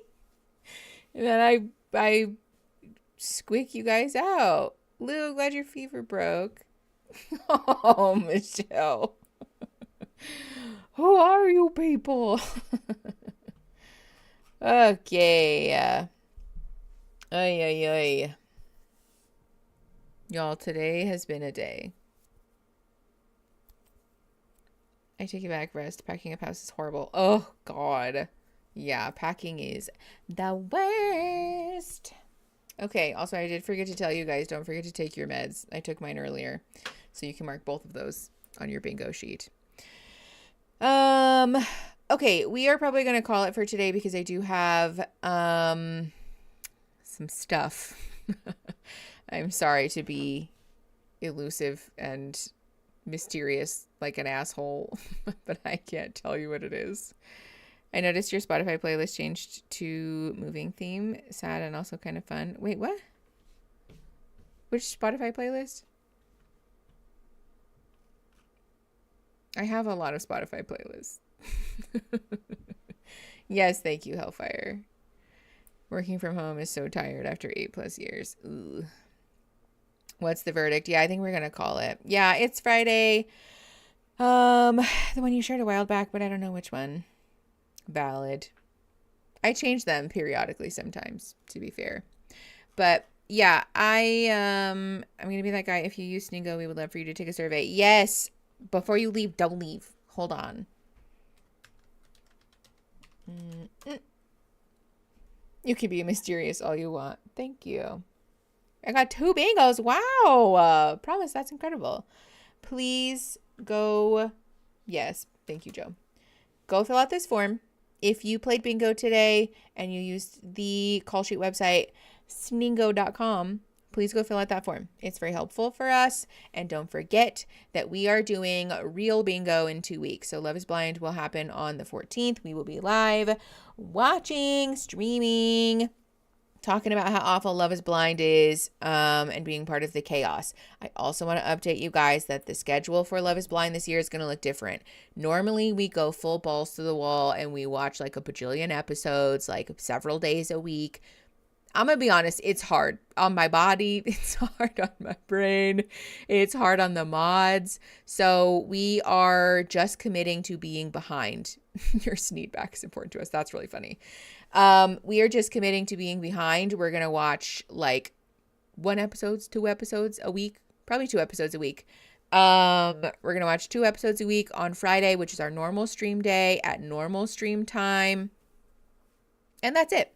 We will just watch 2 episodes a week until we're done with the show. I will ask that you guys not give us spoilers and things like that, but it is what it is. We're just committing to being behind, and that's fine. It will give you guys time to watch ahead and form your own opinions, and then watch me watch the chaos later.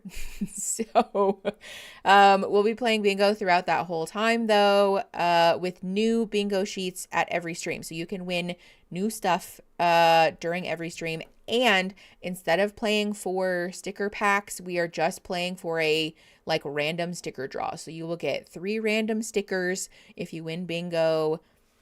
No like A or B or C packs. You're just getting random stuff. There are also new bingo stickers, by the way. Let me see if I can show you them. They're on my phone. So give me a sec to find the photo of it, because there's a lot of things on here that are not at all related to that. But there they are. Okay. These are all of the bingo stickers. I do not know how well this is going to work, but we'll see.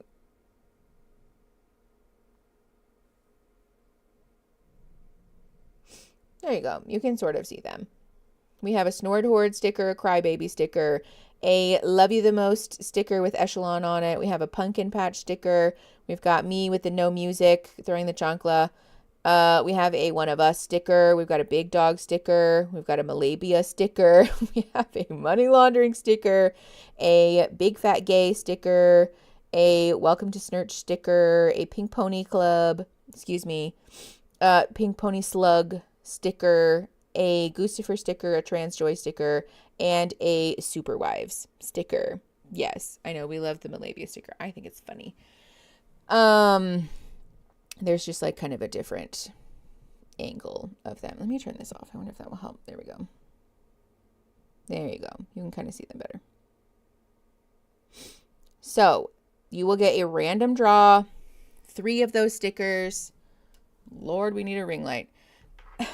3 of those stickers will come to you in a little envelope with a little note from me and Erin if you win bingo, and they'll be random every time. So you're not winning any like specific designation of stickers, because I know that you guys like playing stream after stream, and quite frankly it's easier for me to not have to do packs of them. So it's just random. Maybe you'll get new stuff. Maybe you can collect them all like a little cereal box situation.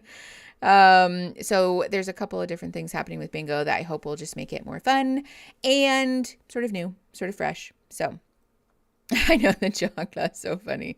Please make sure that you fill out the feedback form that Joe put up there a hot minute ago, because it's very helpful for us so that when we go live to play real bingo, everything is working seamlessly, beautifully, without hiccups or issues. And obviously it helps you guys. So fill out that feedback form if you used the website today or you played bingo today. Okay? Okay. All right. I love you all so, so much. I hope you have an amazing Friday, rest of your Friday, maybe Saturday, depending on where you're at. Good weekend, good rest vibes. Take care of your bodies and your little brains, and love on each other. And I'll see you guys I will not see you next week. Next week is patron only streams. So we'll be in the Discord doing Discord things. So the next time I'll see you guys, we'll be playing bingo for Love is Blind. So I'll see you here in 2 weeks for Valentine's Day. Will you guys be my Valentine? Hopefully that was a yes. Okay. Love you guys the most. I will see you in 2 weeks. Bye.